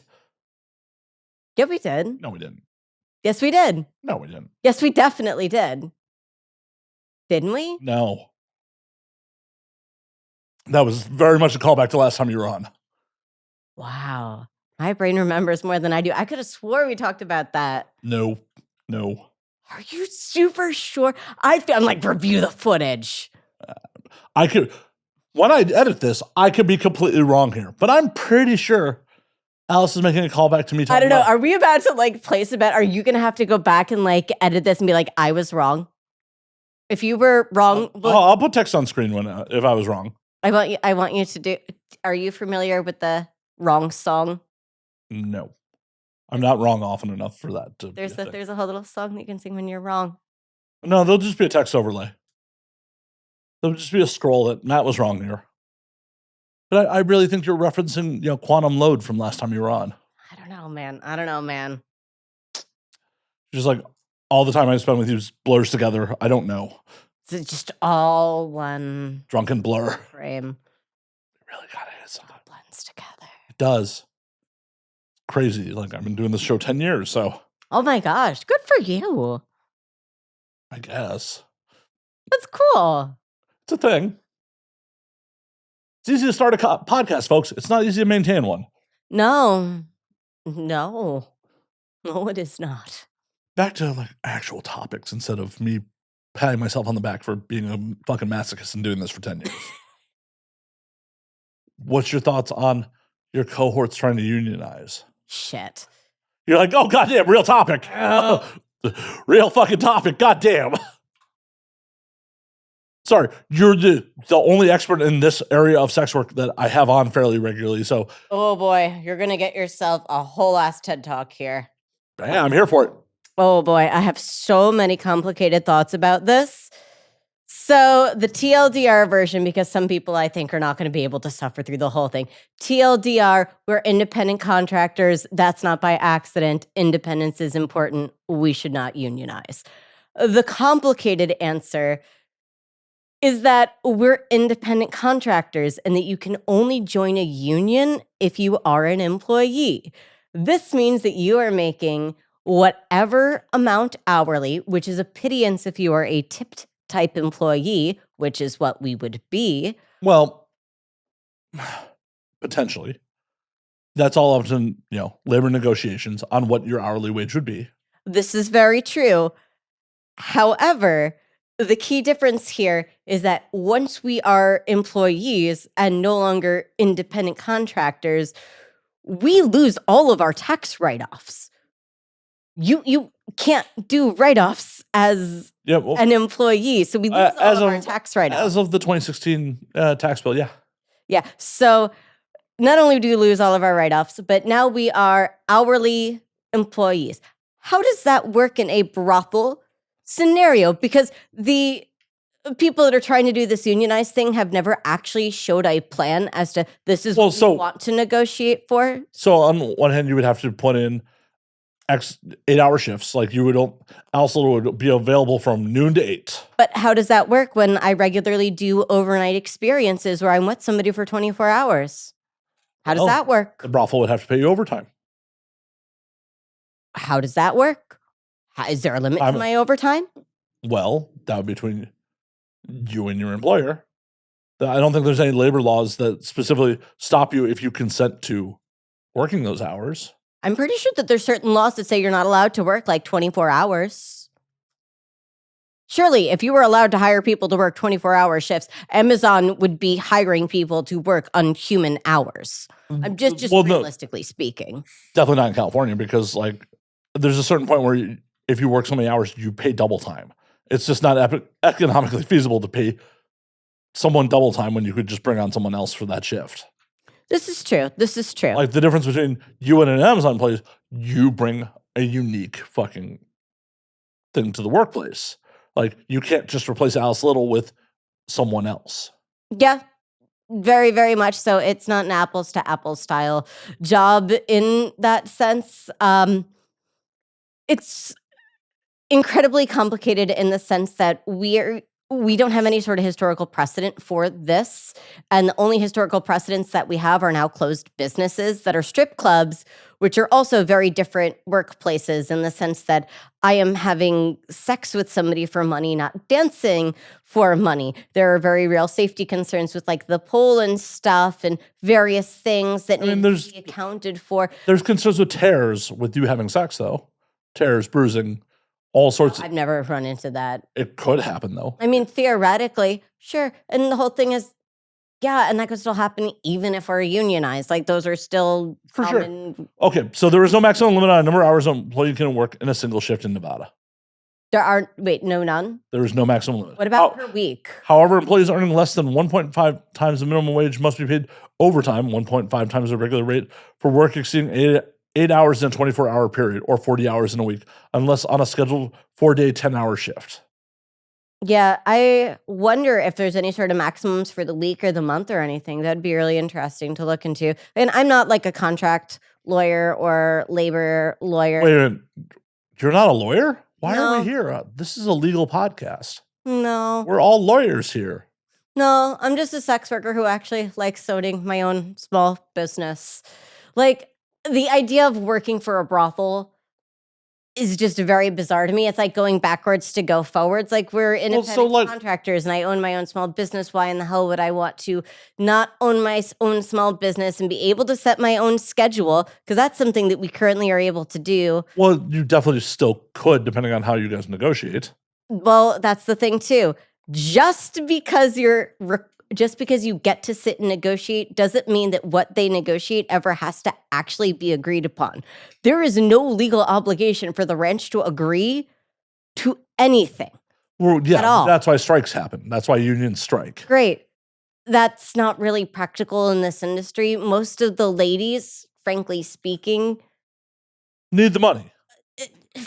Yeah. Because that's so like the major labor unions, part of the reason that strikes are viable is they have strike funds. So they compensate their members out of the strike funds while they're on strike. They don't lose money while they're on strike. But we're not, again, because there's this would be true if we were already employees. But the problem is, and this is what makes this whole so particularly unique, most places that are trying to unionize are already employees. They already have the determination. They already have these things in place. We aren't. So before they can even decide if we want to unionize, first... Well, they have to prove to the state that you guys are being misclassified. Which is true. And the reality is we aren't. Like, I routinely am watching movies and working out and playing Pokemon on my console when I'm at work.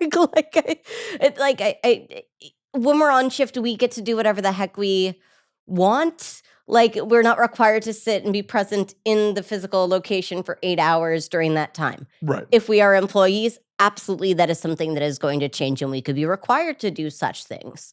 For sure. Absolutely. They can tell us what we do with our 100% they could tell you like, oh, well, you don't have clients right now, claim the brothel. They could do anything they theoretically want to at that point. We give up far more freedoms than we gain by being reclassified from independent contractors to employees, in the sense that we get to dictate what we do, we get to dictate what we don't do, we choose what services we offer, we choose what services we don't offer, we choose who we want to see, we choose who we don't want to see.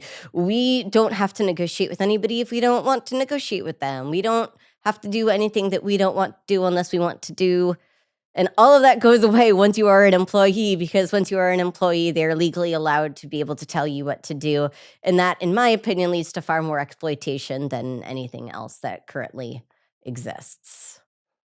For sure. For sure. I mean, it's a weird situation.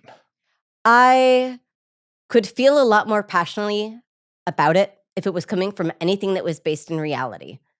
The problem that I have is that both the argument and the solution is theoretical.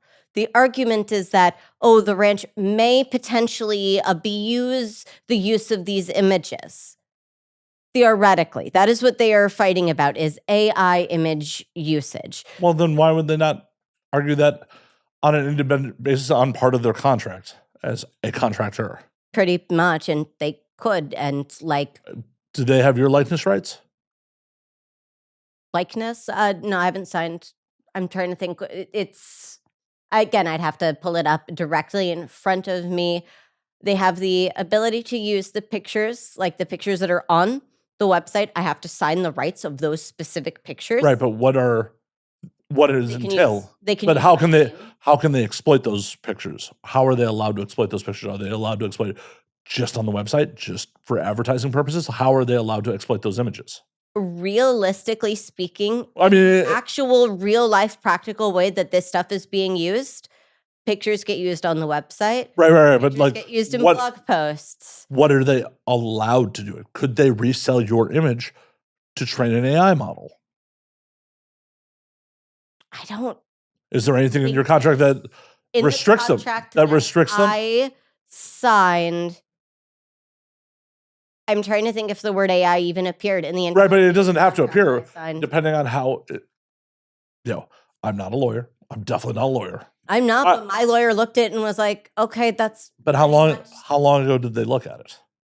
Literally in March. Okay, well, I didn't know when the last time. I just got my contract in March, and I was like, "Look at the thing," and my lawyer was like, "That's a brothel contract. You're right," and I'm like, "It is." But okay, I'd be concerned are they gonna own my soul for the next 10,000 years? But does your previous grandfathered ass contract from the last brothel have the ability to exploit your imagery in ways that was previously not thought of? First off, these contracts aren't like unlimited in perpetuity things. These are typically at most locations, they're year-long contracts. You sign and then you date them and then you get a new contract each year. So they have limitations to the contracts too. So I don't know. I've never worked in a brothel, believe it or not. Oh, yeah, I mean, it's like any other business. It's really not that particularly unusual in its setup. If ladies no longer work in the industry, the location no longer has that lady on their website, and then they don't use that person's name, and then they don't use that person's images. In a moral world, and most likely in practice, you are correct. What can they get away with by the letter of the law?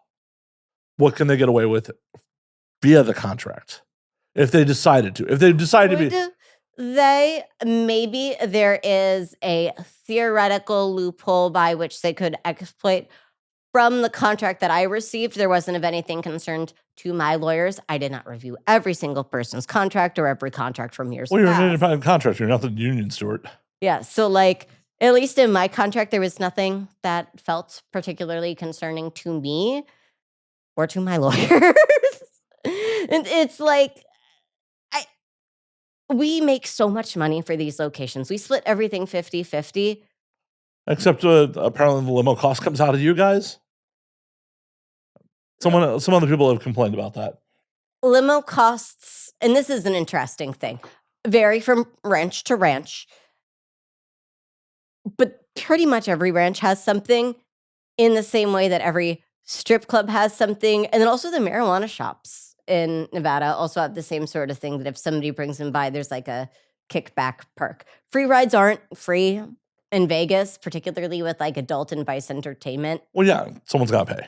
But from what I've had other people that have worked in brothels complain about, the fact that it was coming out of your 50%, not the house's 50%.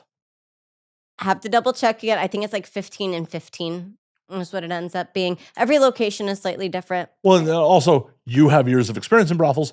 Some people who are newer to being a brothel worker, being a courtesan, may get fucking a bad deal.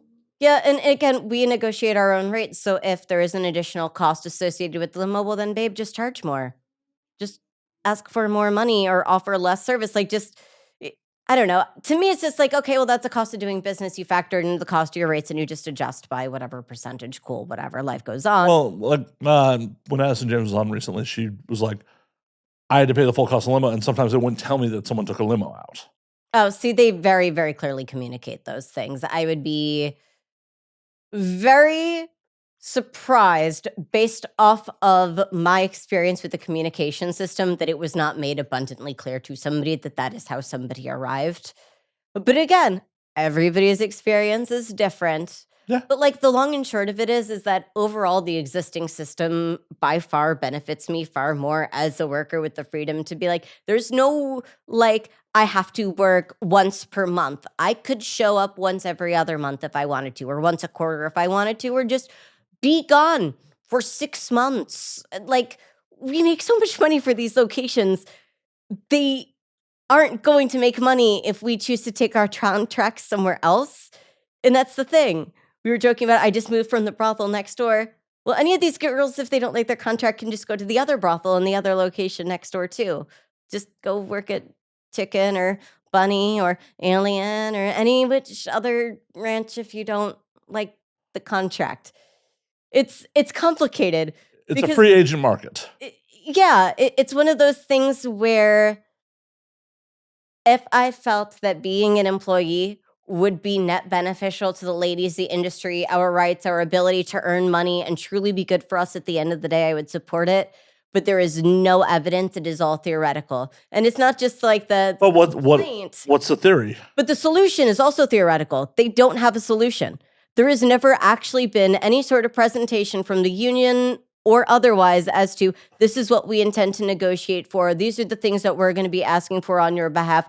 There is literally nothing communicated, just hopes and promises, wishes and dreams. There's nothing. As far as I know, there is no like, this is what an ideal situation looks like for us. Well, and also, like, what are you going to ask for that you're going to let them negotiate out of? Because you can't, there's no world you get everything you ask for. Oh, God, no. So you have to give red herrings that you're willing to fucking drop as someone who was a fucking union organizer at one point in my life. God, I've had too many jobs. It's a complicated thing, and there has to be very clear communication.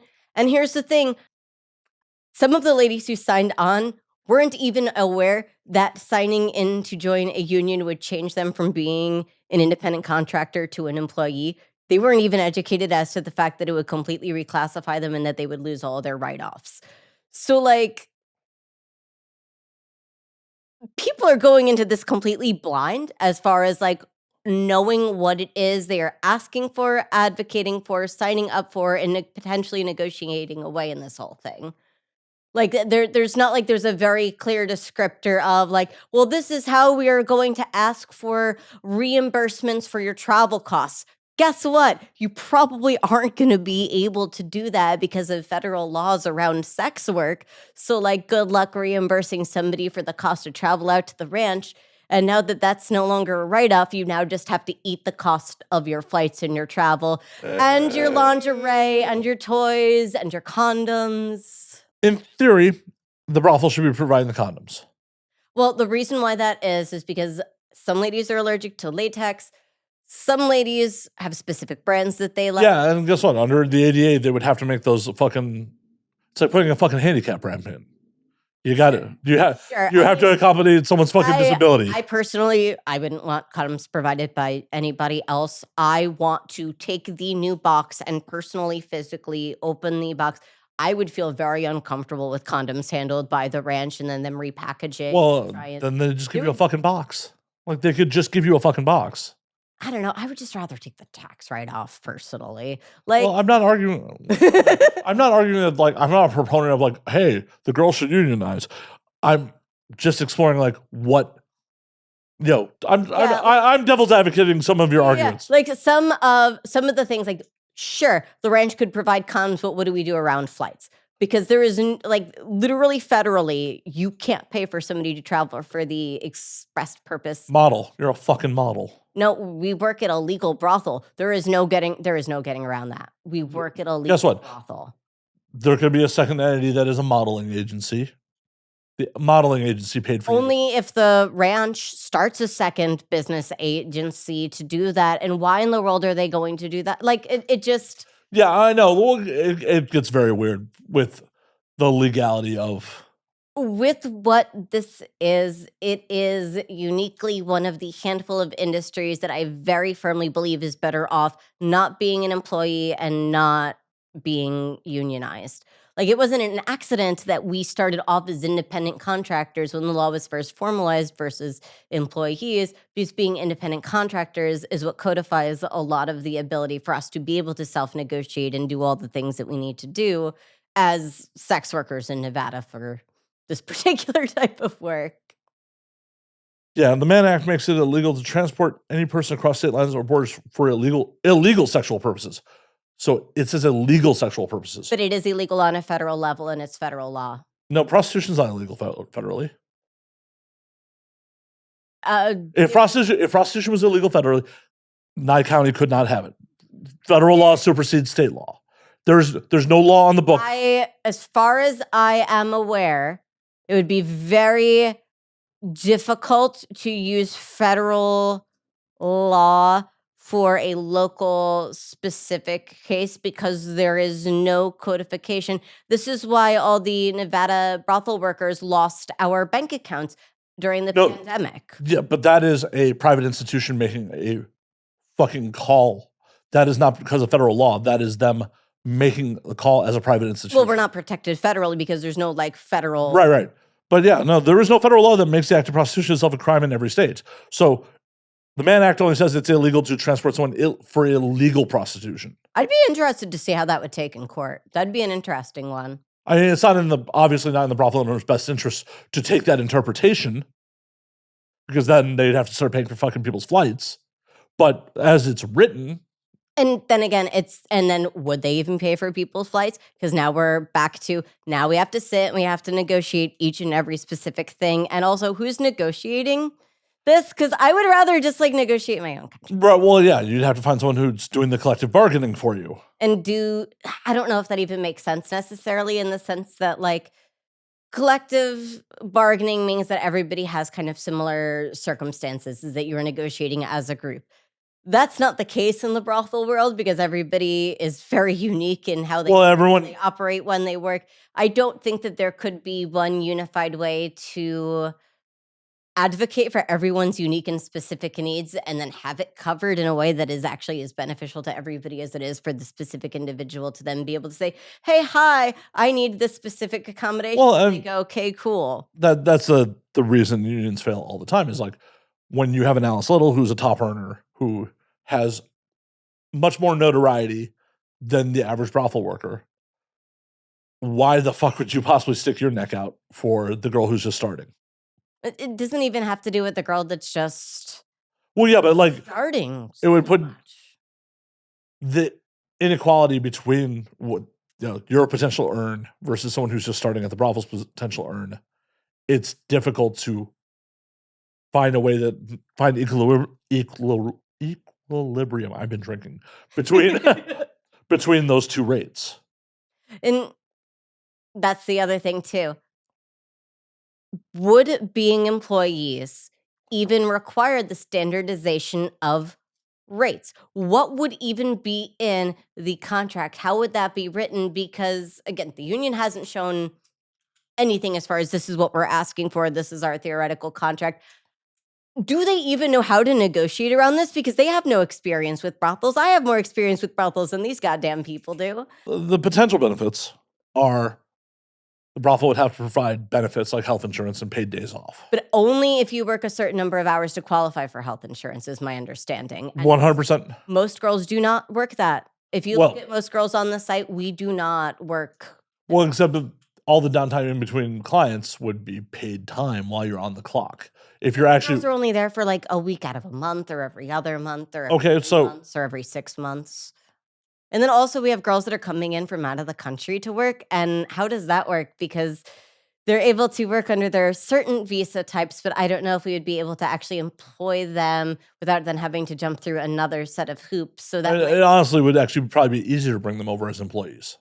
But only if they then work minimum number of hours is the problem. Yeah, I mean, that could be very problematic. You could run into the same problems that like the tech companies do, where like they bring people over on the whatever the fucking work visa. They have to work for so ever many hours. And then and they have to, So you're going to tell a prostitute she has to work for however many hours? Well, and also be beholden to this one ranch that if she doesn't work for them, she gets fucking kicked back to her country of origin. Oh yeah, that's a shit show. Yeah, I don't like that aspect of it. That's that definitely could be a shit show. I'm not a proponent of this. I'm just this is all like a thought. A lot of considerations here with this because it is such a unique industry.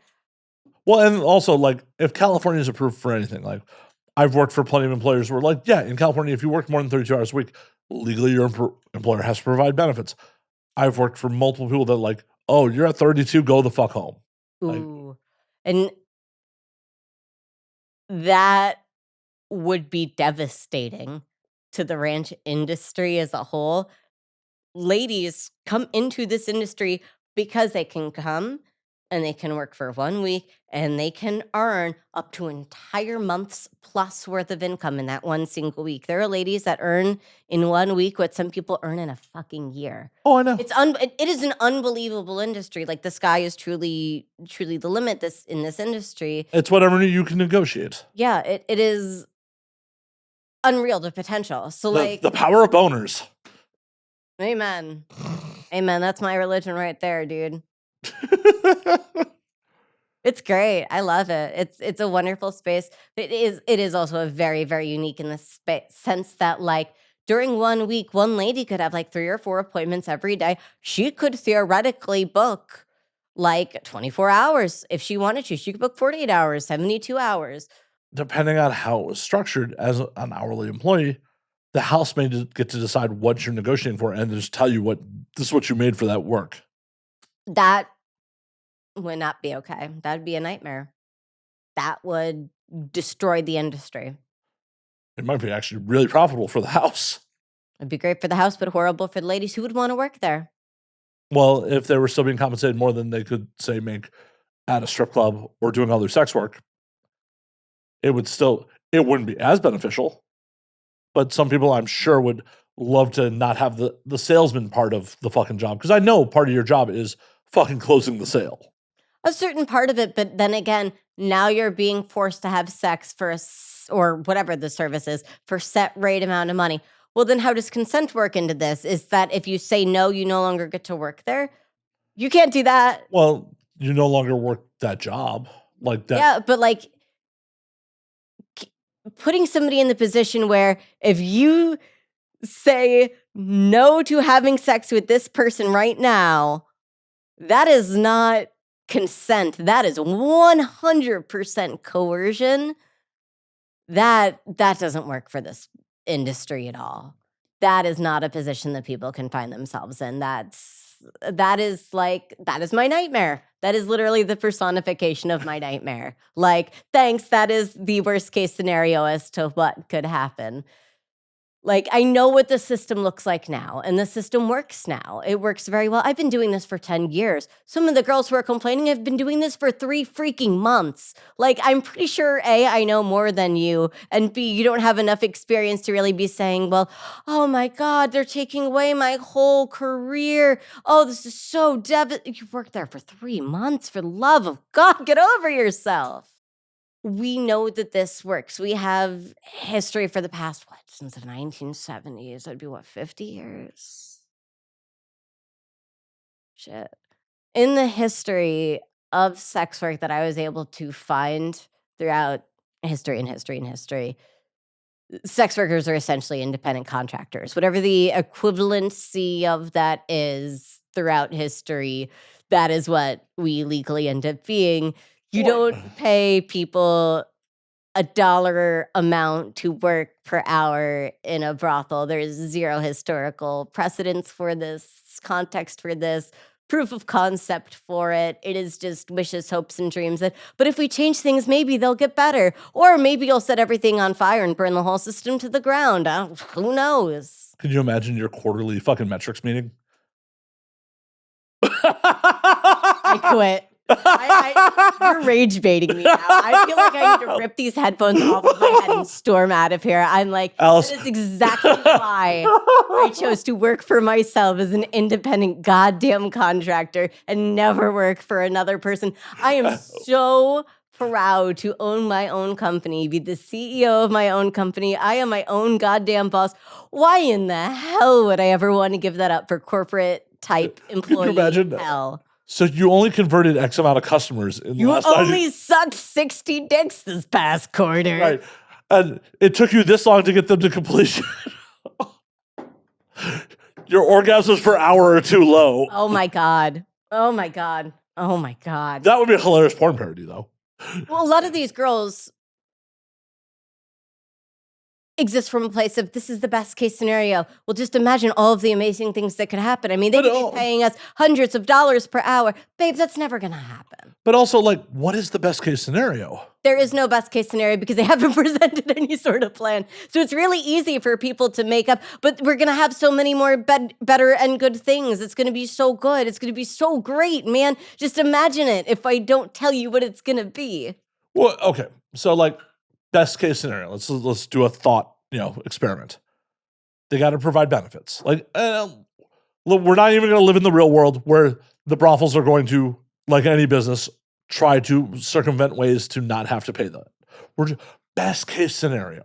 Absolute best case scenario, right? In the magic world in which a lady can work 1 week every 6 months and receive benefits from her job in this fantasy land. Right. So you have superseded reality. Yes. So sure, every single lady day one is going to potentially theoretically have benefits. Right. So you get 40 hours a week or 40 hours a year in fucking PTO. So you get 1 week. So instead of being able to take as much time off. But this is paid. This is paid. Oh, okay, great. Paid week off at my very low tipped employee. What is the minimum? You really think anyone would sign up for it being minimum wage? Well, why would they pay more than that if you're earning a commission amount on top of that? They wouldn't have to because we're tipped employees. So there is nothing that says they legally have to offer us. Well, this is where where the collective bargaining comes in. If they sign a union contract, they are held to the union contract. But only if they come to an agreement. They could very easily say, see, but you're compensated so highly, so therefore we are only going to pay you the minimum amount that a tipped employee. Right, but legally they could do that. There are how places that do that, car sales. How does the compensation come in? Like they would have to negotiate that, wouldn't they? So how would you negotiate that? Would the ladies still get to negotiate their own rates, or would it be like a prefixed price menu? Are there union-approved positions and non-union positions? What happens if Doggy doesn't make the union list? Well, you can't work for traditionally, you can't work for a union shop as a non-union employee. You have to join the union. No. I'm talking about non-union sex positions here. So, like, let's say that the union hasn't specifically negotiated for me to be able to perform doggy style. It's not on the union-approved safety list of positions, man. Well, then it sounds like bad negotiation. No, you can't do that. That would be outside of the union. It's like being a member of SAG, and being on a SAG set and then doing something outside of SAG guidelines. You don't have to. But that's the other thing too. What happens if it's within guidelines? Does that mean you then have to do it? Because not everybody offers the same services at the ranch. You can't have a mandatory services list because it's not apples and apples. Not everybody does the same stuff. Well, it would be all up to the fucking negotiation. Yeah. And then how do you put these things into writing? How do you then begin to codify how much per hour does it cost? How much per hour does it cost to cover somebody in pudding? What is the hourly rate for that? What's the union rate? I mean, what is the average on that what is industry standard? What is the average on the industry standard? What is the median? Is there for pudding? Is there a pudding index? Is there there has to be hour index? There has to be a pudding index. Okay, if there's only so many people that work in brothels, right? How many brothel workers are there in total? Let's see. Each location has a different amount. My guess is there's probably... Let's go with 1,000. We'll go with 1,000. Yeah. Nice round number. Generous. It's very generous. Nice round number. Okay. Say, of that 1,000, 250 people offer pudding. Is pudding a specialty that you need to specify, or does that fall into specialties not otherwise specified? I would try to, if I was negotiating, I would try to specify as much as humanly possible. Okay, so how minutia does a union contract have to get? Is it per substance? So do we negotiate pudding different than like trifle? I mean, do we negotiate tapioca versus chocolate? Yeah, man. We got to get real. Those tapioca fucking pearls. Oh, that's at least a little bit extra. I better be paid so much more if it's going to be gritty pudding. Oh, fuck, man. I've never described tapioca as gritty, but all right. I don't know what kind of tapioca you're eating. Shit. You know, like when it's like that, like, I don't like tapioca. It stresses me out. the fish eyes in it. Something about it, I'm just like, I'm good. But what I'm getting at is, like, say 250 people offer pudding. Okay. Of those 250, what is the median rate between the 250? Then we can crunch the numbers. The problem is that there'd be a lot that goes into this. Okay, pudding in my entire 10 years of career that I've encountered pudding one time. I have not come across anybody else who has encountered pudding as a specific request. No one else has encountered pudding guy. That is a unique one-of-one experience that I have personally collected. That's anecdotal. You're one person. I've spoken to a number of people in this industry. Nobody else has encountered pudding. As far as I know, I haven't heard anybody else. All anecdotal.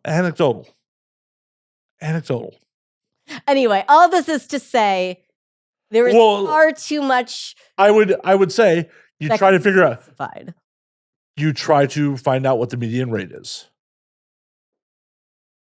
There is none in this industry. It is such a variable. Well, there has to. Ladies, if you charge 10,000 and someone else charges 1,000, that happens. Oh no, I know it happens, and I know some of y'all charge more if you don't really want to work with the person. You're trying to price them out, and sometimes they still pay. And every single lady is going to charge differently per service. Some ladies really enjoy doing a service, and so they give a discount for that service. Other ladies don't like that service, and so they're going to charge more for that service, or they're not even going to offer that service. So what? They now have to offer that service because it's in the union. I mean, they don't. I don't think anyone would have to offer any services they don't want to offer. Basically, the way I would see it is you make X whatever hourly rate is, even if it's minimum wage plus plus commission. It wouldn't be tips; it'd be commission, because tips implied that. But we also get tipped. Well, yes, yeah, obviously, it'd still be like paid as tipped employees because we do right. But you would also get commission. In theory, depending on how the contract, it could be very similar. Where like, oh, well, I still make a fucking 50% commission on this act, and I negotiate it with. It potentially, depending on how the contract's negotiated, you could just be gaining. You would lose your independent contractor status, you would lose your tax write-offs, but gain benefits and an hourly wage, healthcare, etc. Because there's no hard and fast rule that says you can't still negotiate what the hourly is. It all depends on what the union decides to negotiate with. Well, and what the owners are willing to accept too. Yes. And then unfortunately, we do have to return to reality in which we have ladies that only work 1 week out of every 6 months that would never actually qualify for benefits. And the reality is most ladies are not working the equivalency of a full-time job. That's like, frankly speaking, the number one primary benefit of this job is the fact that you can work 1 or 2 weeks and then have the rest of your time to do whatever you so desire with it. Well, for sure. But also, that is the legal requirement to provide benefits. It doesn't mean that through union negotiations, they don't find a lower bar to qualify for union benefits. Theoretically, all of these are like best case scenarios here. Oh, for sure. And also, what everyone seems to, gloss over is you'll have to pay fucking union dues. You have to pay into the union. And how much does that cost? What will the union dues be? Who pays union dues? Do you have to pay dues when you're on tour? Do you have to pay dues when you're on hiatus? What is the requirement for this? What, like, there is, oh boy. Well, and because theoretically, the union could provide the health insurance instead of the brothel. Like SAG provides health insurance for its members. Yeah, but how many people can't afford SAG dues every year? Oh yeah, no, I'm right there with you. I'm just putting it out there. Well, but also immediately, I'm like, ooh, SAG's a nightmare. I have many friends that have it's not even complained about some of it's not even not being able to afford SAG dues. You have to work on set so many hours to qualify for. So if the brothel worker is set up in a similar situation, like how many tours do you have to do to even qualify? Yep, I don't like the idea of anyone being required to work a minimum amount of anything. There are ladies that entered this industry who work 1 week and never come back to the industry. There are ladies who show up and don't even work a full week and be like, oh shit, this isn't for me. I need to go home now. Well, yeah, but those people are never going to be union members anyways. Well, when does union membership start? What's the qualification for union membership? What does that look like? If we're looking at SAG, so you have to work on a SAG production for like 3 full days to qualify to be a SAG member. Now, to get other SAG benefits, you have to bill so many hours. I forgot what the exact. Yeah, and requirements around working a minimum amount for sex workers is very, very different than the requirement around a certain minimum number of hours for an actor or a carpenter or somebody that would be even like the intimacy coordinator. It's a very, very different thing. Would you be okay with a trade union that doesn't actually affect how your day-to-day works right now, but you pay into it and it provides benefits? The problem I have is that I don't want to give up my independent contractors. I mean, you wouldn't. Like, I would want to remain as small business. Mainstream actresses aren't giving up their actresses aren't giving up their independence. They're still choosing what roles they take. They're still going out for roles, but the Screen Actors Guild provides health insurance, provides what, like, you can negotiate for the fucking moon, but provides minimums. So how about a situation where, you know, the brothel union is working and says, you cannot work for less than this, but whatever you can negotiate, you can negotiate. Oh, here's the thing, actually. The union doesn't want there to be minimums. The union doesn't want there to be minimums. I want to almost like grab the camera and shake it here. The union, one of the actual legitimate things that I heard out of somebody's mouth that left me flabbergasted is that they didn't want there to be minimums. That was a complaint. That was a complaint.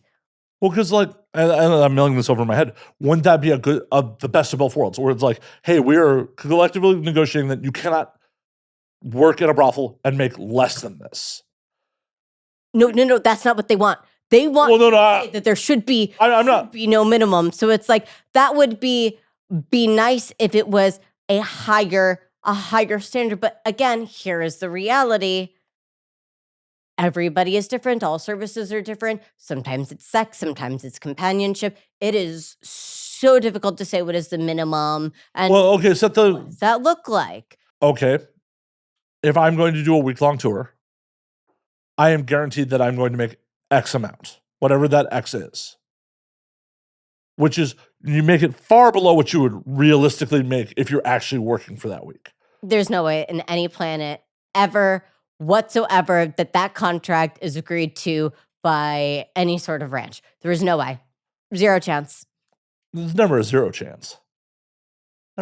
Never a zero chance. The ranch is not going to risk coming out of its own pocket financially for somebody who may choose to negotiate zero experiences during their entire time. Because at that point, if you are guaranteed a minimum amount, no matter what is stopping somebody from then saying no to every single person? And then they'll never get booked again. But here's the thing. Somebody could still do that. And because somebody could still do that, contract is never going to get to happen.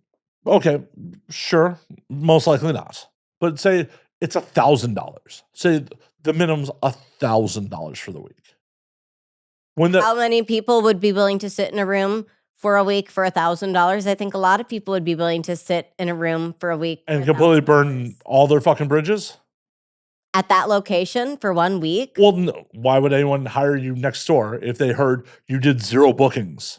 Well, that's the thing. This isn't all locations. This is one location here. So Joe Schmo comes in or whomever comes in off the street and applies to work at this place, and they get there and they're like, I don't like it, so I'm just going to sit here and I'm going to say no to everybody for a week, take my $1,000 and go home.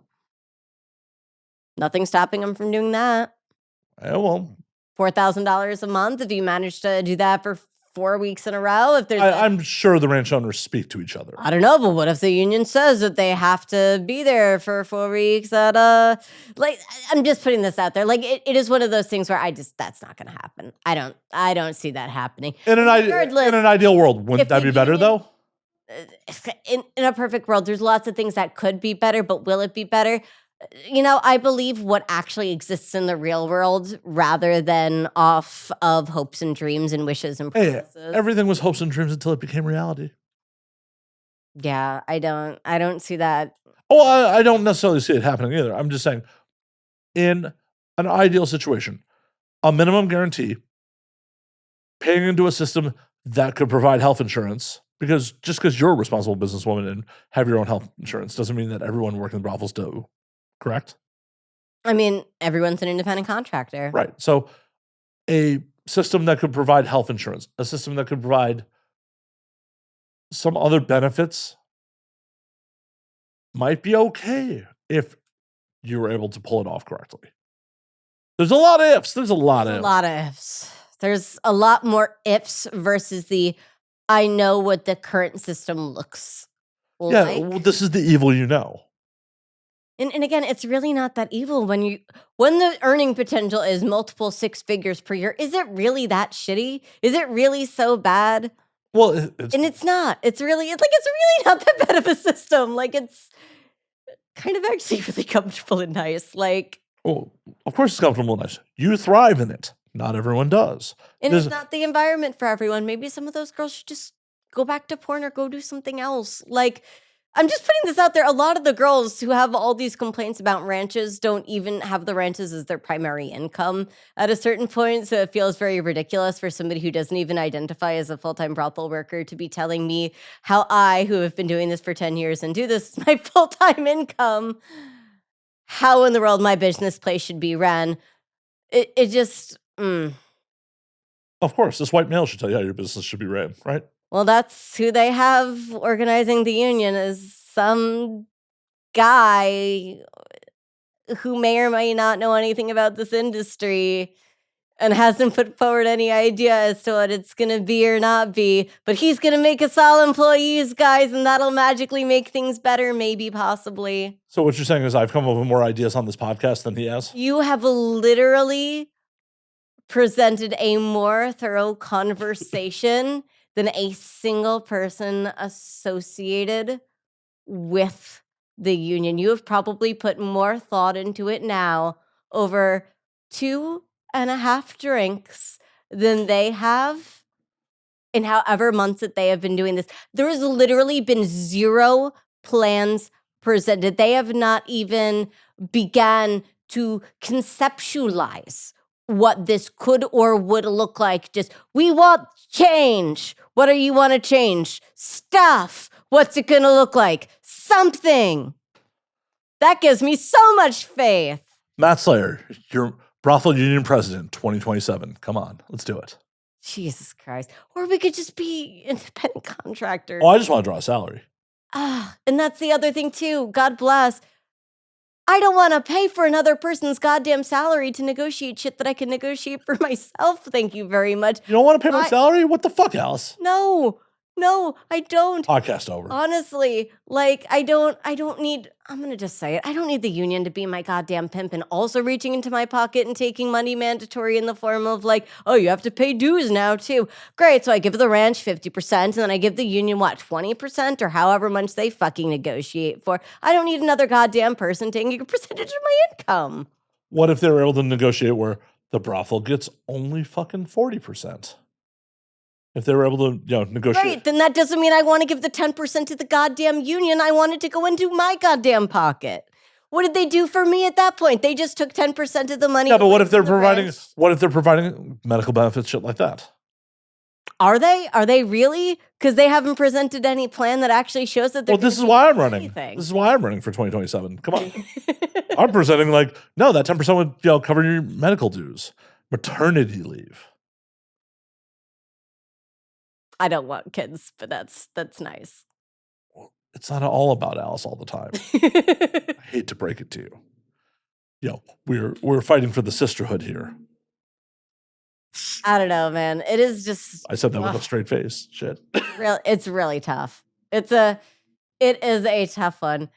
Because I am the first one who believes that we should be codifying things like sex worker rights. When you referenced Illinois specifically talking about the codification of sex workers' rights, I agree wholeheartedly. That is the direction that we should be going in if we want to be defending the rights of Nevada brothel workers. Well, then let's get the codification of a Nevada sex worker bill of rights. That would be a far more useful use of our goddamn time than fighting against theoretical AI usage by taking away everybody's small business. Well, the thing about it is, if Nevada decrimmed, brothels would. If we decrimmed nationally, it would be game changing. I mean, brothels would be gone. Why would you? And here's the thing. That's not actually true, though, because New Zealand has full decriminalization and ladies still choose to work in a brothel because it's very convenient. The problem is Pahrump is not convenient. When you're coming into Vegas, it's not the most inconvenient thing, but if it's fully decrimmed in Clark County, Pahrump's a fucking nightmare to get to. Realistically speaking, in my opinion, people travel for destinations all of the time. If they make their facility so undeniable that it is a destination location, people will travel there. That is the reality. That is currently what people do. There are people who come from countries that have legal sex that come to Nevada to participate in our legal sex system because it is already a little bit of a destination.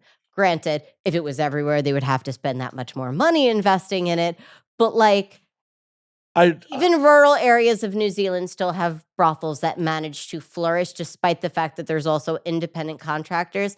And they also have a very interesting third option, which are brothel small co-ops, which are 5 or less workers sharing one specific location, sharing in that location, the overhead of that location, etc. I don't think it's an apples to apples comparison. New Zealand to America? Yeah, they have a lot more sheep. Ooh, they do have a lot more sheep. You lit up so much, for the audio ones, Alice lit up so much about the sheep. Holy shit. But sheep, I love sheep. I love fuzzy animals. It's one of those. I have a place in New Zealand that's on my bucket list. It's called the Agro Dome, and it is the agricultural dome, and you should Google it. The New Zealand Agrodome. It's really cute. And it has sheep and goats on display, and you can meet breeds from all around the world. This is legitimately on my bucket list that I will travel across the globe to see. No joke. Yeah, Agrodome Rotunda, unique New Zealand farm experience. Isn't it really cute? And they have them all displayed on a stage with the breed names. It's so cute. Isn't that the best? They have Wallace and Gromit, Shaun the Sheep Fun with Flock advertisements. Really great. I don't know. Even when national decrim, it would be interesting. I feel like it would be more like a boom, depending on who really embraces the decrim. Because if Portland, Oregon, for example, changed all those dive bar strip clubs that they have into brothels, more full service sex work, that'd be great. But does Portland become the destination like Denver did for weed when Colorado was the first to decrim? That's the thing, is the first location to do full decriminalization will see all of the financial benefit from it in the same way that Denver saw the benefit of the taxation of marijuana. Right. 100%. So it might be Chicago. It very well could be Chicago. And I'll tell you, realistically, that would be a game changer. And there are many, many, many people who will suddenly have now available in Chicago all over the place. Rhode Island, by the way, for a period of time, did have full decriminalization by accident for a number of years. So we have seen it in this country, and Rhode Island did not cease to exist. It's still there. The last time I checked, still hanging on. Is it though? The last time I checked. You might check again. Most people can't even find it on a map. I can't find it on a map. It's like a speck. Have you ever been to Rhode Island? I have been to Rhode Island. I've been to all 50 states. God damn it, you got me bees. I've only been to 45. Which ones are you missing? Wyoming, the Dakotas, Alaska, Vermont. You're not even missing the really difficult ones. What's Hawaii? Hawaii is pretty far fuck out there. Yeah, I just stopped there on the way back from Japan. That counts. Well, yeah, I know it counts. I drank on Waikiki Beach for a whole fucking day. Yeah, Vermont is great. You gotta go check out Vermont. Vermont's beautiful. The Morgan Horse Farm is in Vermont. I have friends that live in Vermont now. You should go see them in Vermont and cross it off your list so you can say you've been to all the states. Yeah, and probably what I'm going to do is fly into Denver one of these days, drive into Wyoming and into the Dakotas. And then just immediately turn back around. Yeah. Well, there's nothing there. I know. But you can come say hi to the ghosts if you drive through Colorado. For sure, I can do that. Bruno and Antonia would love to be special guests on the podcast. You can just hold the mic at them and they'll just go. I'm not gonna do that. No, it would be so cute. People would love it. The bummer thing is I've been to 45. I've only had sex in 20 odd. Like, Oh, you got to step up your pussy game, man. like the goal was to bang in all 50 also. Oh, yeah, you got to step up your pussy game for Yeah. sure then. But some of those places I have to import pussy with me because, like, I tried to get. That counts. Oh no! Penetration in the state is what counts. Is that the metric? Yeah. Is that the industry standard? Is penetration? I think so. Protected or unprotected? What are the exact specifications? I have You have to negotiate the minutia here. I have a vasectomy, like unprotected, ideally. Yeah, I tried to get laid in Montana. It just woof. People in Montana. Ouch. Like I was talking to some girl. I've told this story on air before, but I'm sorry. I was talking with this girl while I was in fucking Billings, and real cute. Like I think we're vibing. And then I was leaving for Tokyo like a week later, and she's like, "Oh, that's awesome! I really want to travel the world, but I'm gonna wait till after I get married, have kids, and my kids go off to college to start seeing the world." And I'm just like, "Oh, we have nothing in common. We literally." You're an alien. Lesson thing. That is like a foreign creature there. Yeah, like you want to wait till after you get married and have children, and they are of college age to start living your life. But why? Because that's just how they are raised. That scares me. It did. Like I'm just like I didn't have a vasectomy, so I'm like, oof. Even if I could seal the deal here, man. Run. Double bag or anal. Run. Anal in other states, counts, but. Yeah, no. Hand jobs count? No. Hand jobs never count. What about blowjobs? No. I mean, it's kind of like penetration-ish. I mean, you're penetrating somebody's mouth. I mean, get on maybe a technicality. I wouldn't feel right about myself. Like if the goal is to bang in all 50 states, me face fucking someone is not banging in all 50 states. It's true. It's true. I want to bang on all 7 continents and all 50 states. Godspeed. I got a handful of continents down. I zigged where I should have zagged in Australia, but oh, you're gonna have to double back. I will. I'm doing another Australia trip. Oh, that's gonna be so fun. Oh my god, Australia is so cool. I'm gonna definitely have to bring someone with me for Antarctica. Yeah, good luck. Good luck finding somebody. I don't think that you're gonna have a lot of luck. No, I'm gonna bring someone with me. 100%. Be like, yo, girl, do you want to go on a $10,000 cruise? Because that's what it costs to take a cruise from Argentina to Antarctica. Yeah, it is an outrageous amount. I've seen that cruise. I looked at the crossing and how the boat gets utterly thrashed, like up and down 30 to 40 feet. Feels like a goddamn roller coaster. I'm good. I'm doing it. You do that. I've been on 6. I got to knock out number 7. I'll fly there. You can't fly there. Can't? No, you have to take a boat from fucking Argentina. I'm not doing it. There's no fucking way I'm doing that. But I've seen the video of that fucking crossing, and that looks terrifying to me. I'm good, man. Listen, I don't even want to get on like roller coasters. You're not getting me on a boat roller coaster. No, thank you. Listen, I just went to Universal and I got so much vertigo going down the impossible escalator that I had to sit my happy little ass down on the escalator going down. Well, I thought I was going to die. I guess I'm not inviting you on the big fucking Yeah, cruise. definitely that's a no. It's going to be a no for me, dog. I'll let you know how it is. I'll figure out someone who's willing to take that adventure and bang while penguins watch us. Someone. Come on. I get to bang someone while penguins watch. It's pretty epic. I am 100% sure you can talk somebody into this. And I hope I don't have to talk someone into it. Holy fuck. That makes it sound horrible. Like, yo. yeah, have you considered? Like hard sell, like, would you like to take a vacation with me and bang in Antarctica? Like that sounds horrible. I hope I can find someone who's enthusiastic to go. Enthusiastic consent is key. Yeah, like, ugh, gross. Hard sell someone into banging in front of penguins.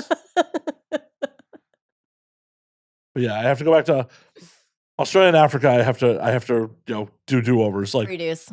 Yeah. The only sex that potentially happened in South Africa, like I was like, this is how I die. I'll pass. I was walking back to the hotel in the middle of the night after leaving a bar in the middle of the night and like had a woman who was like head to toe leopard print, like bodysuit, like offer me sex for less than the cost of a beer because the rand to the dollar is very weak in 2015.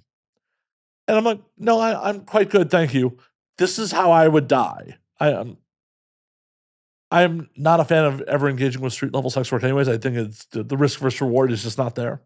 It's one of those things where, and this is my controversial take, that is a challenging market to encourage to exist. And when you, as somebody who is of financial needs, means to like participate in a market that is far less exploitative than that level of market space, it would not be very ethical for you to participate at that particular Yeah. level. It is very, very challenging because I aggressively support. Oh, no, I support people's right to do it. But I also doesn't mean I'm going to partake. Yes, it is one of those things where decriminalization would make the world a better place very specifically for people that are in those vulnerable positions. Like, frankly speaking, for me, I'm going to be fine no matter what happens, no matter what laws pass or do not pass, whatever unions happen or do not happen. Like, I'm in a very blessed position where, like, okay, I don't want to work at a union place. I'll go work back at the other place next door or whatever. Like, I'll be fine no matter what. But there are people who, like, really are deeply being impacted by, Well, like, yeah, there's people that are state of things in this country. there are people that are doing this for survival. Yeah. For sure. And like And like we can say lots of things about like brothel work and whatnot, and ladies earn at different levels, but like that is at a whole like that is the top of the pyramid here. You are working in legal, licensed, safe, protected environment with all of the hoops and people cooking for you, and you have literal housekeepers cleaning up behind you, kind of deal, versus people who are literally walking on the streets going, "Hey man, you want to have a blue term?" Like very, very different striations. yeah, not for me. Not anywhere I've ever wanted to be, and just Very different striations. Yeah.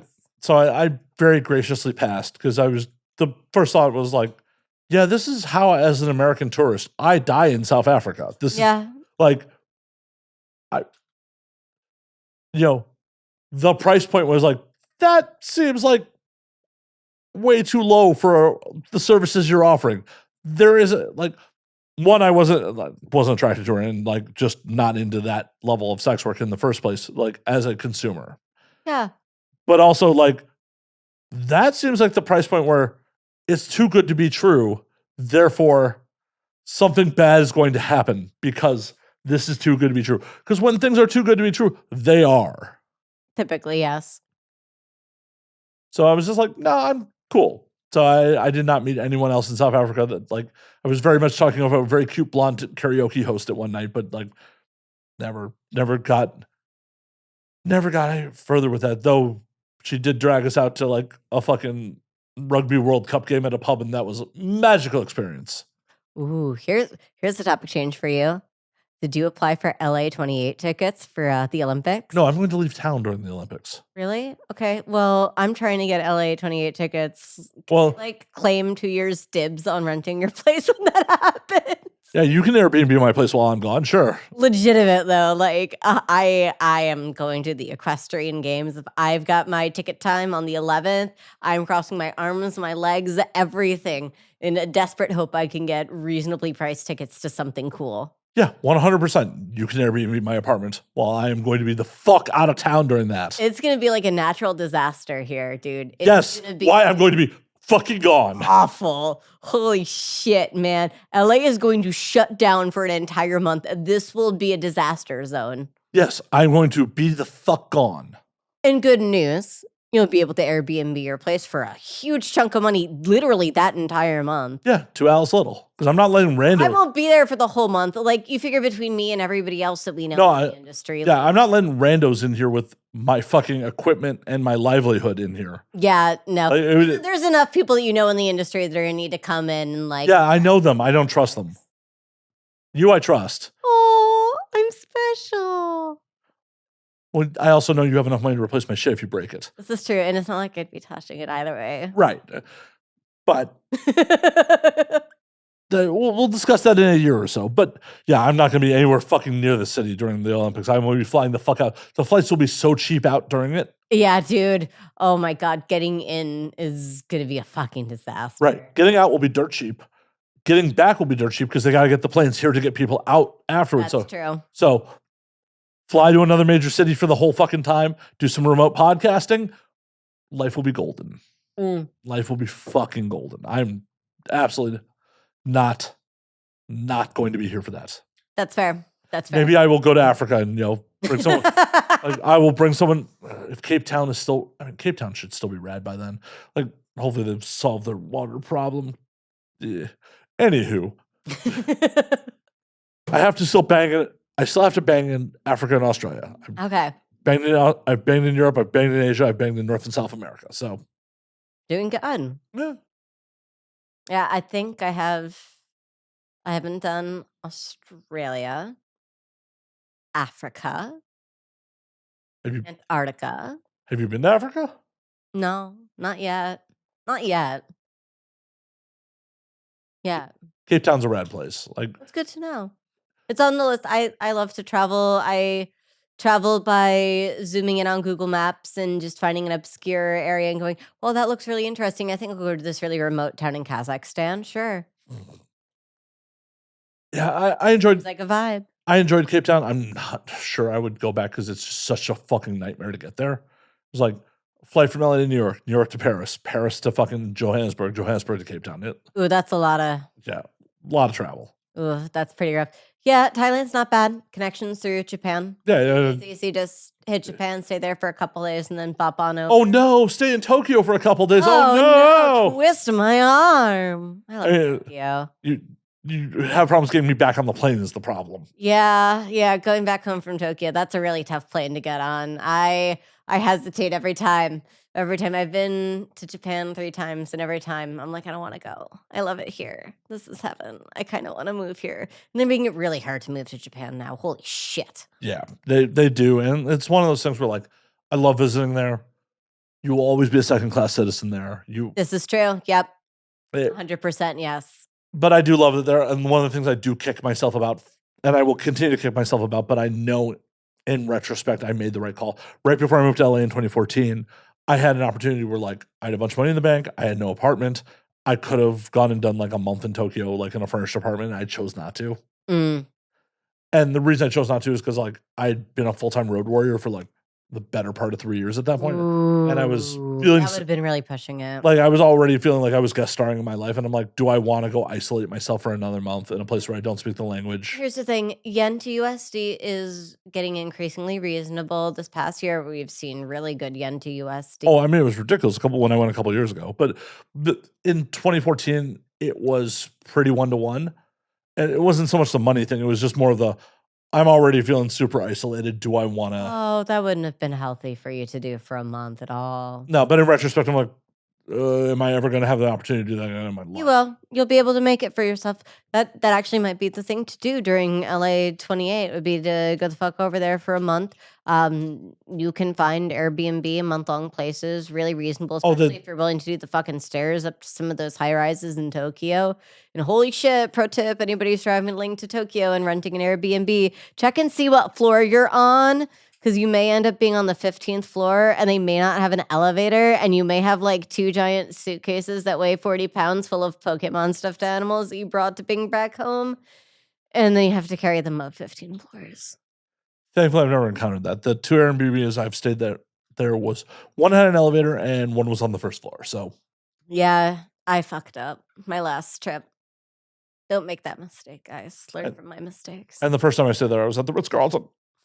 Ooh, I had Marriott points. I burned Marriott points. Like, hell yeah, you did. That's worth it, though. Was the only Marriott property that took points during fucking New Year's. That must have been amazing.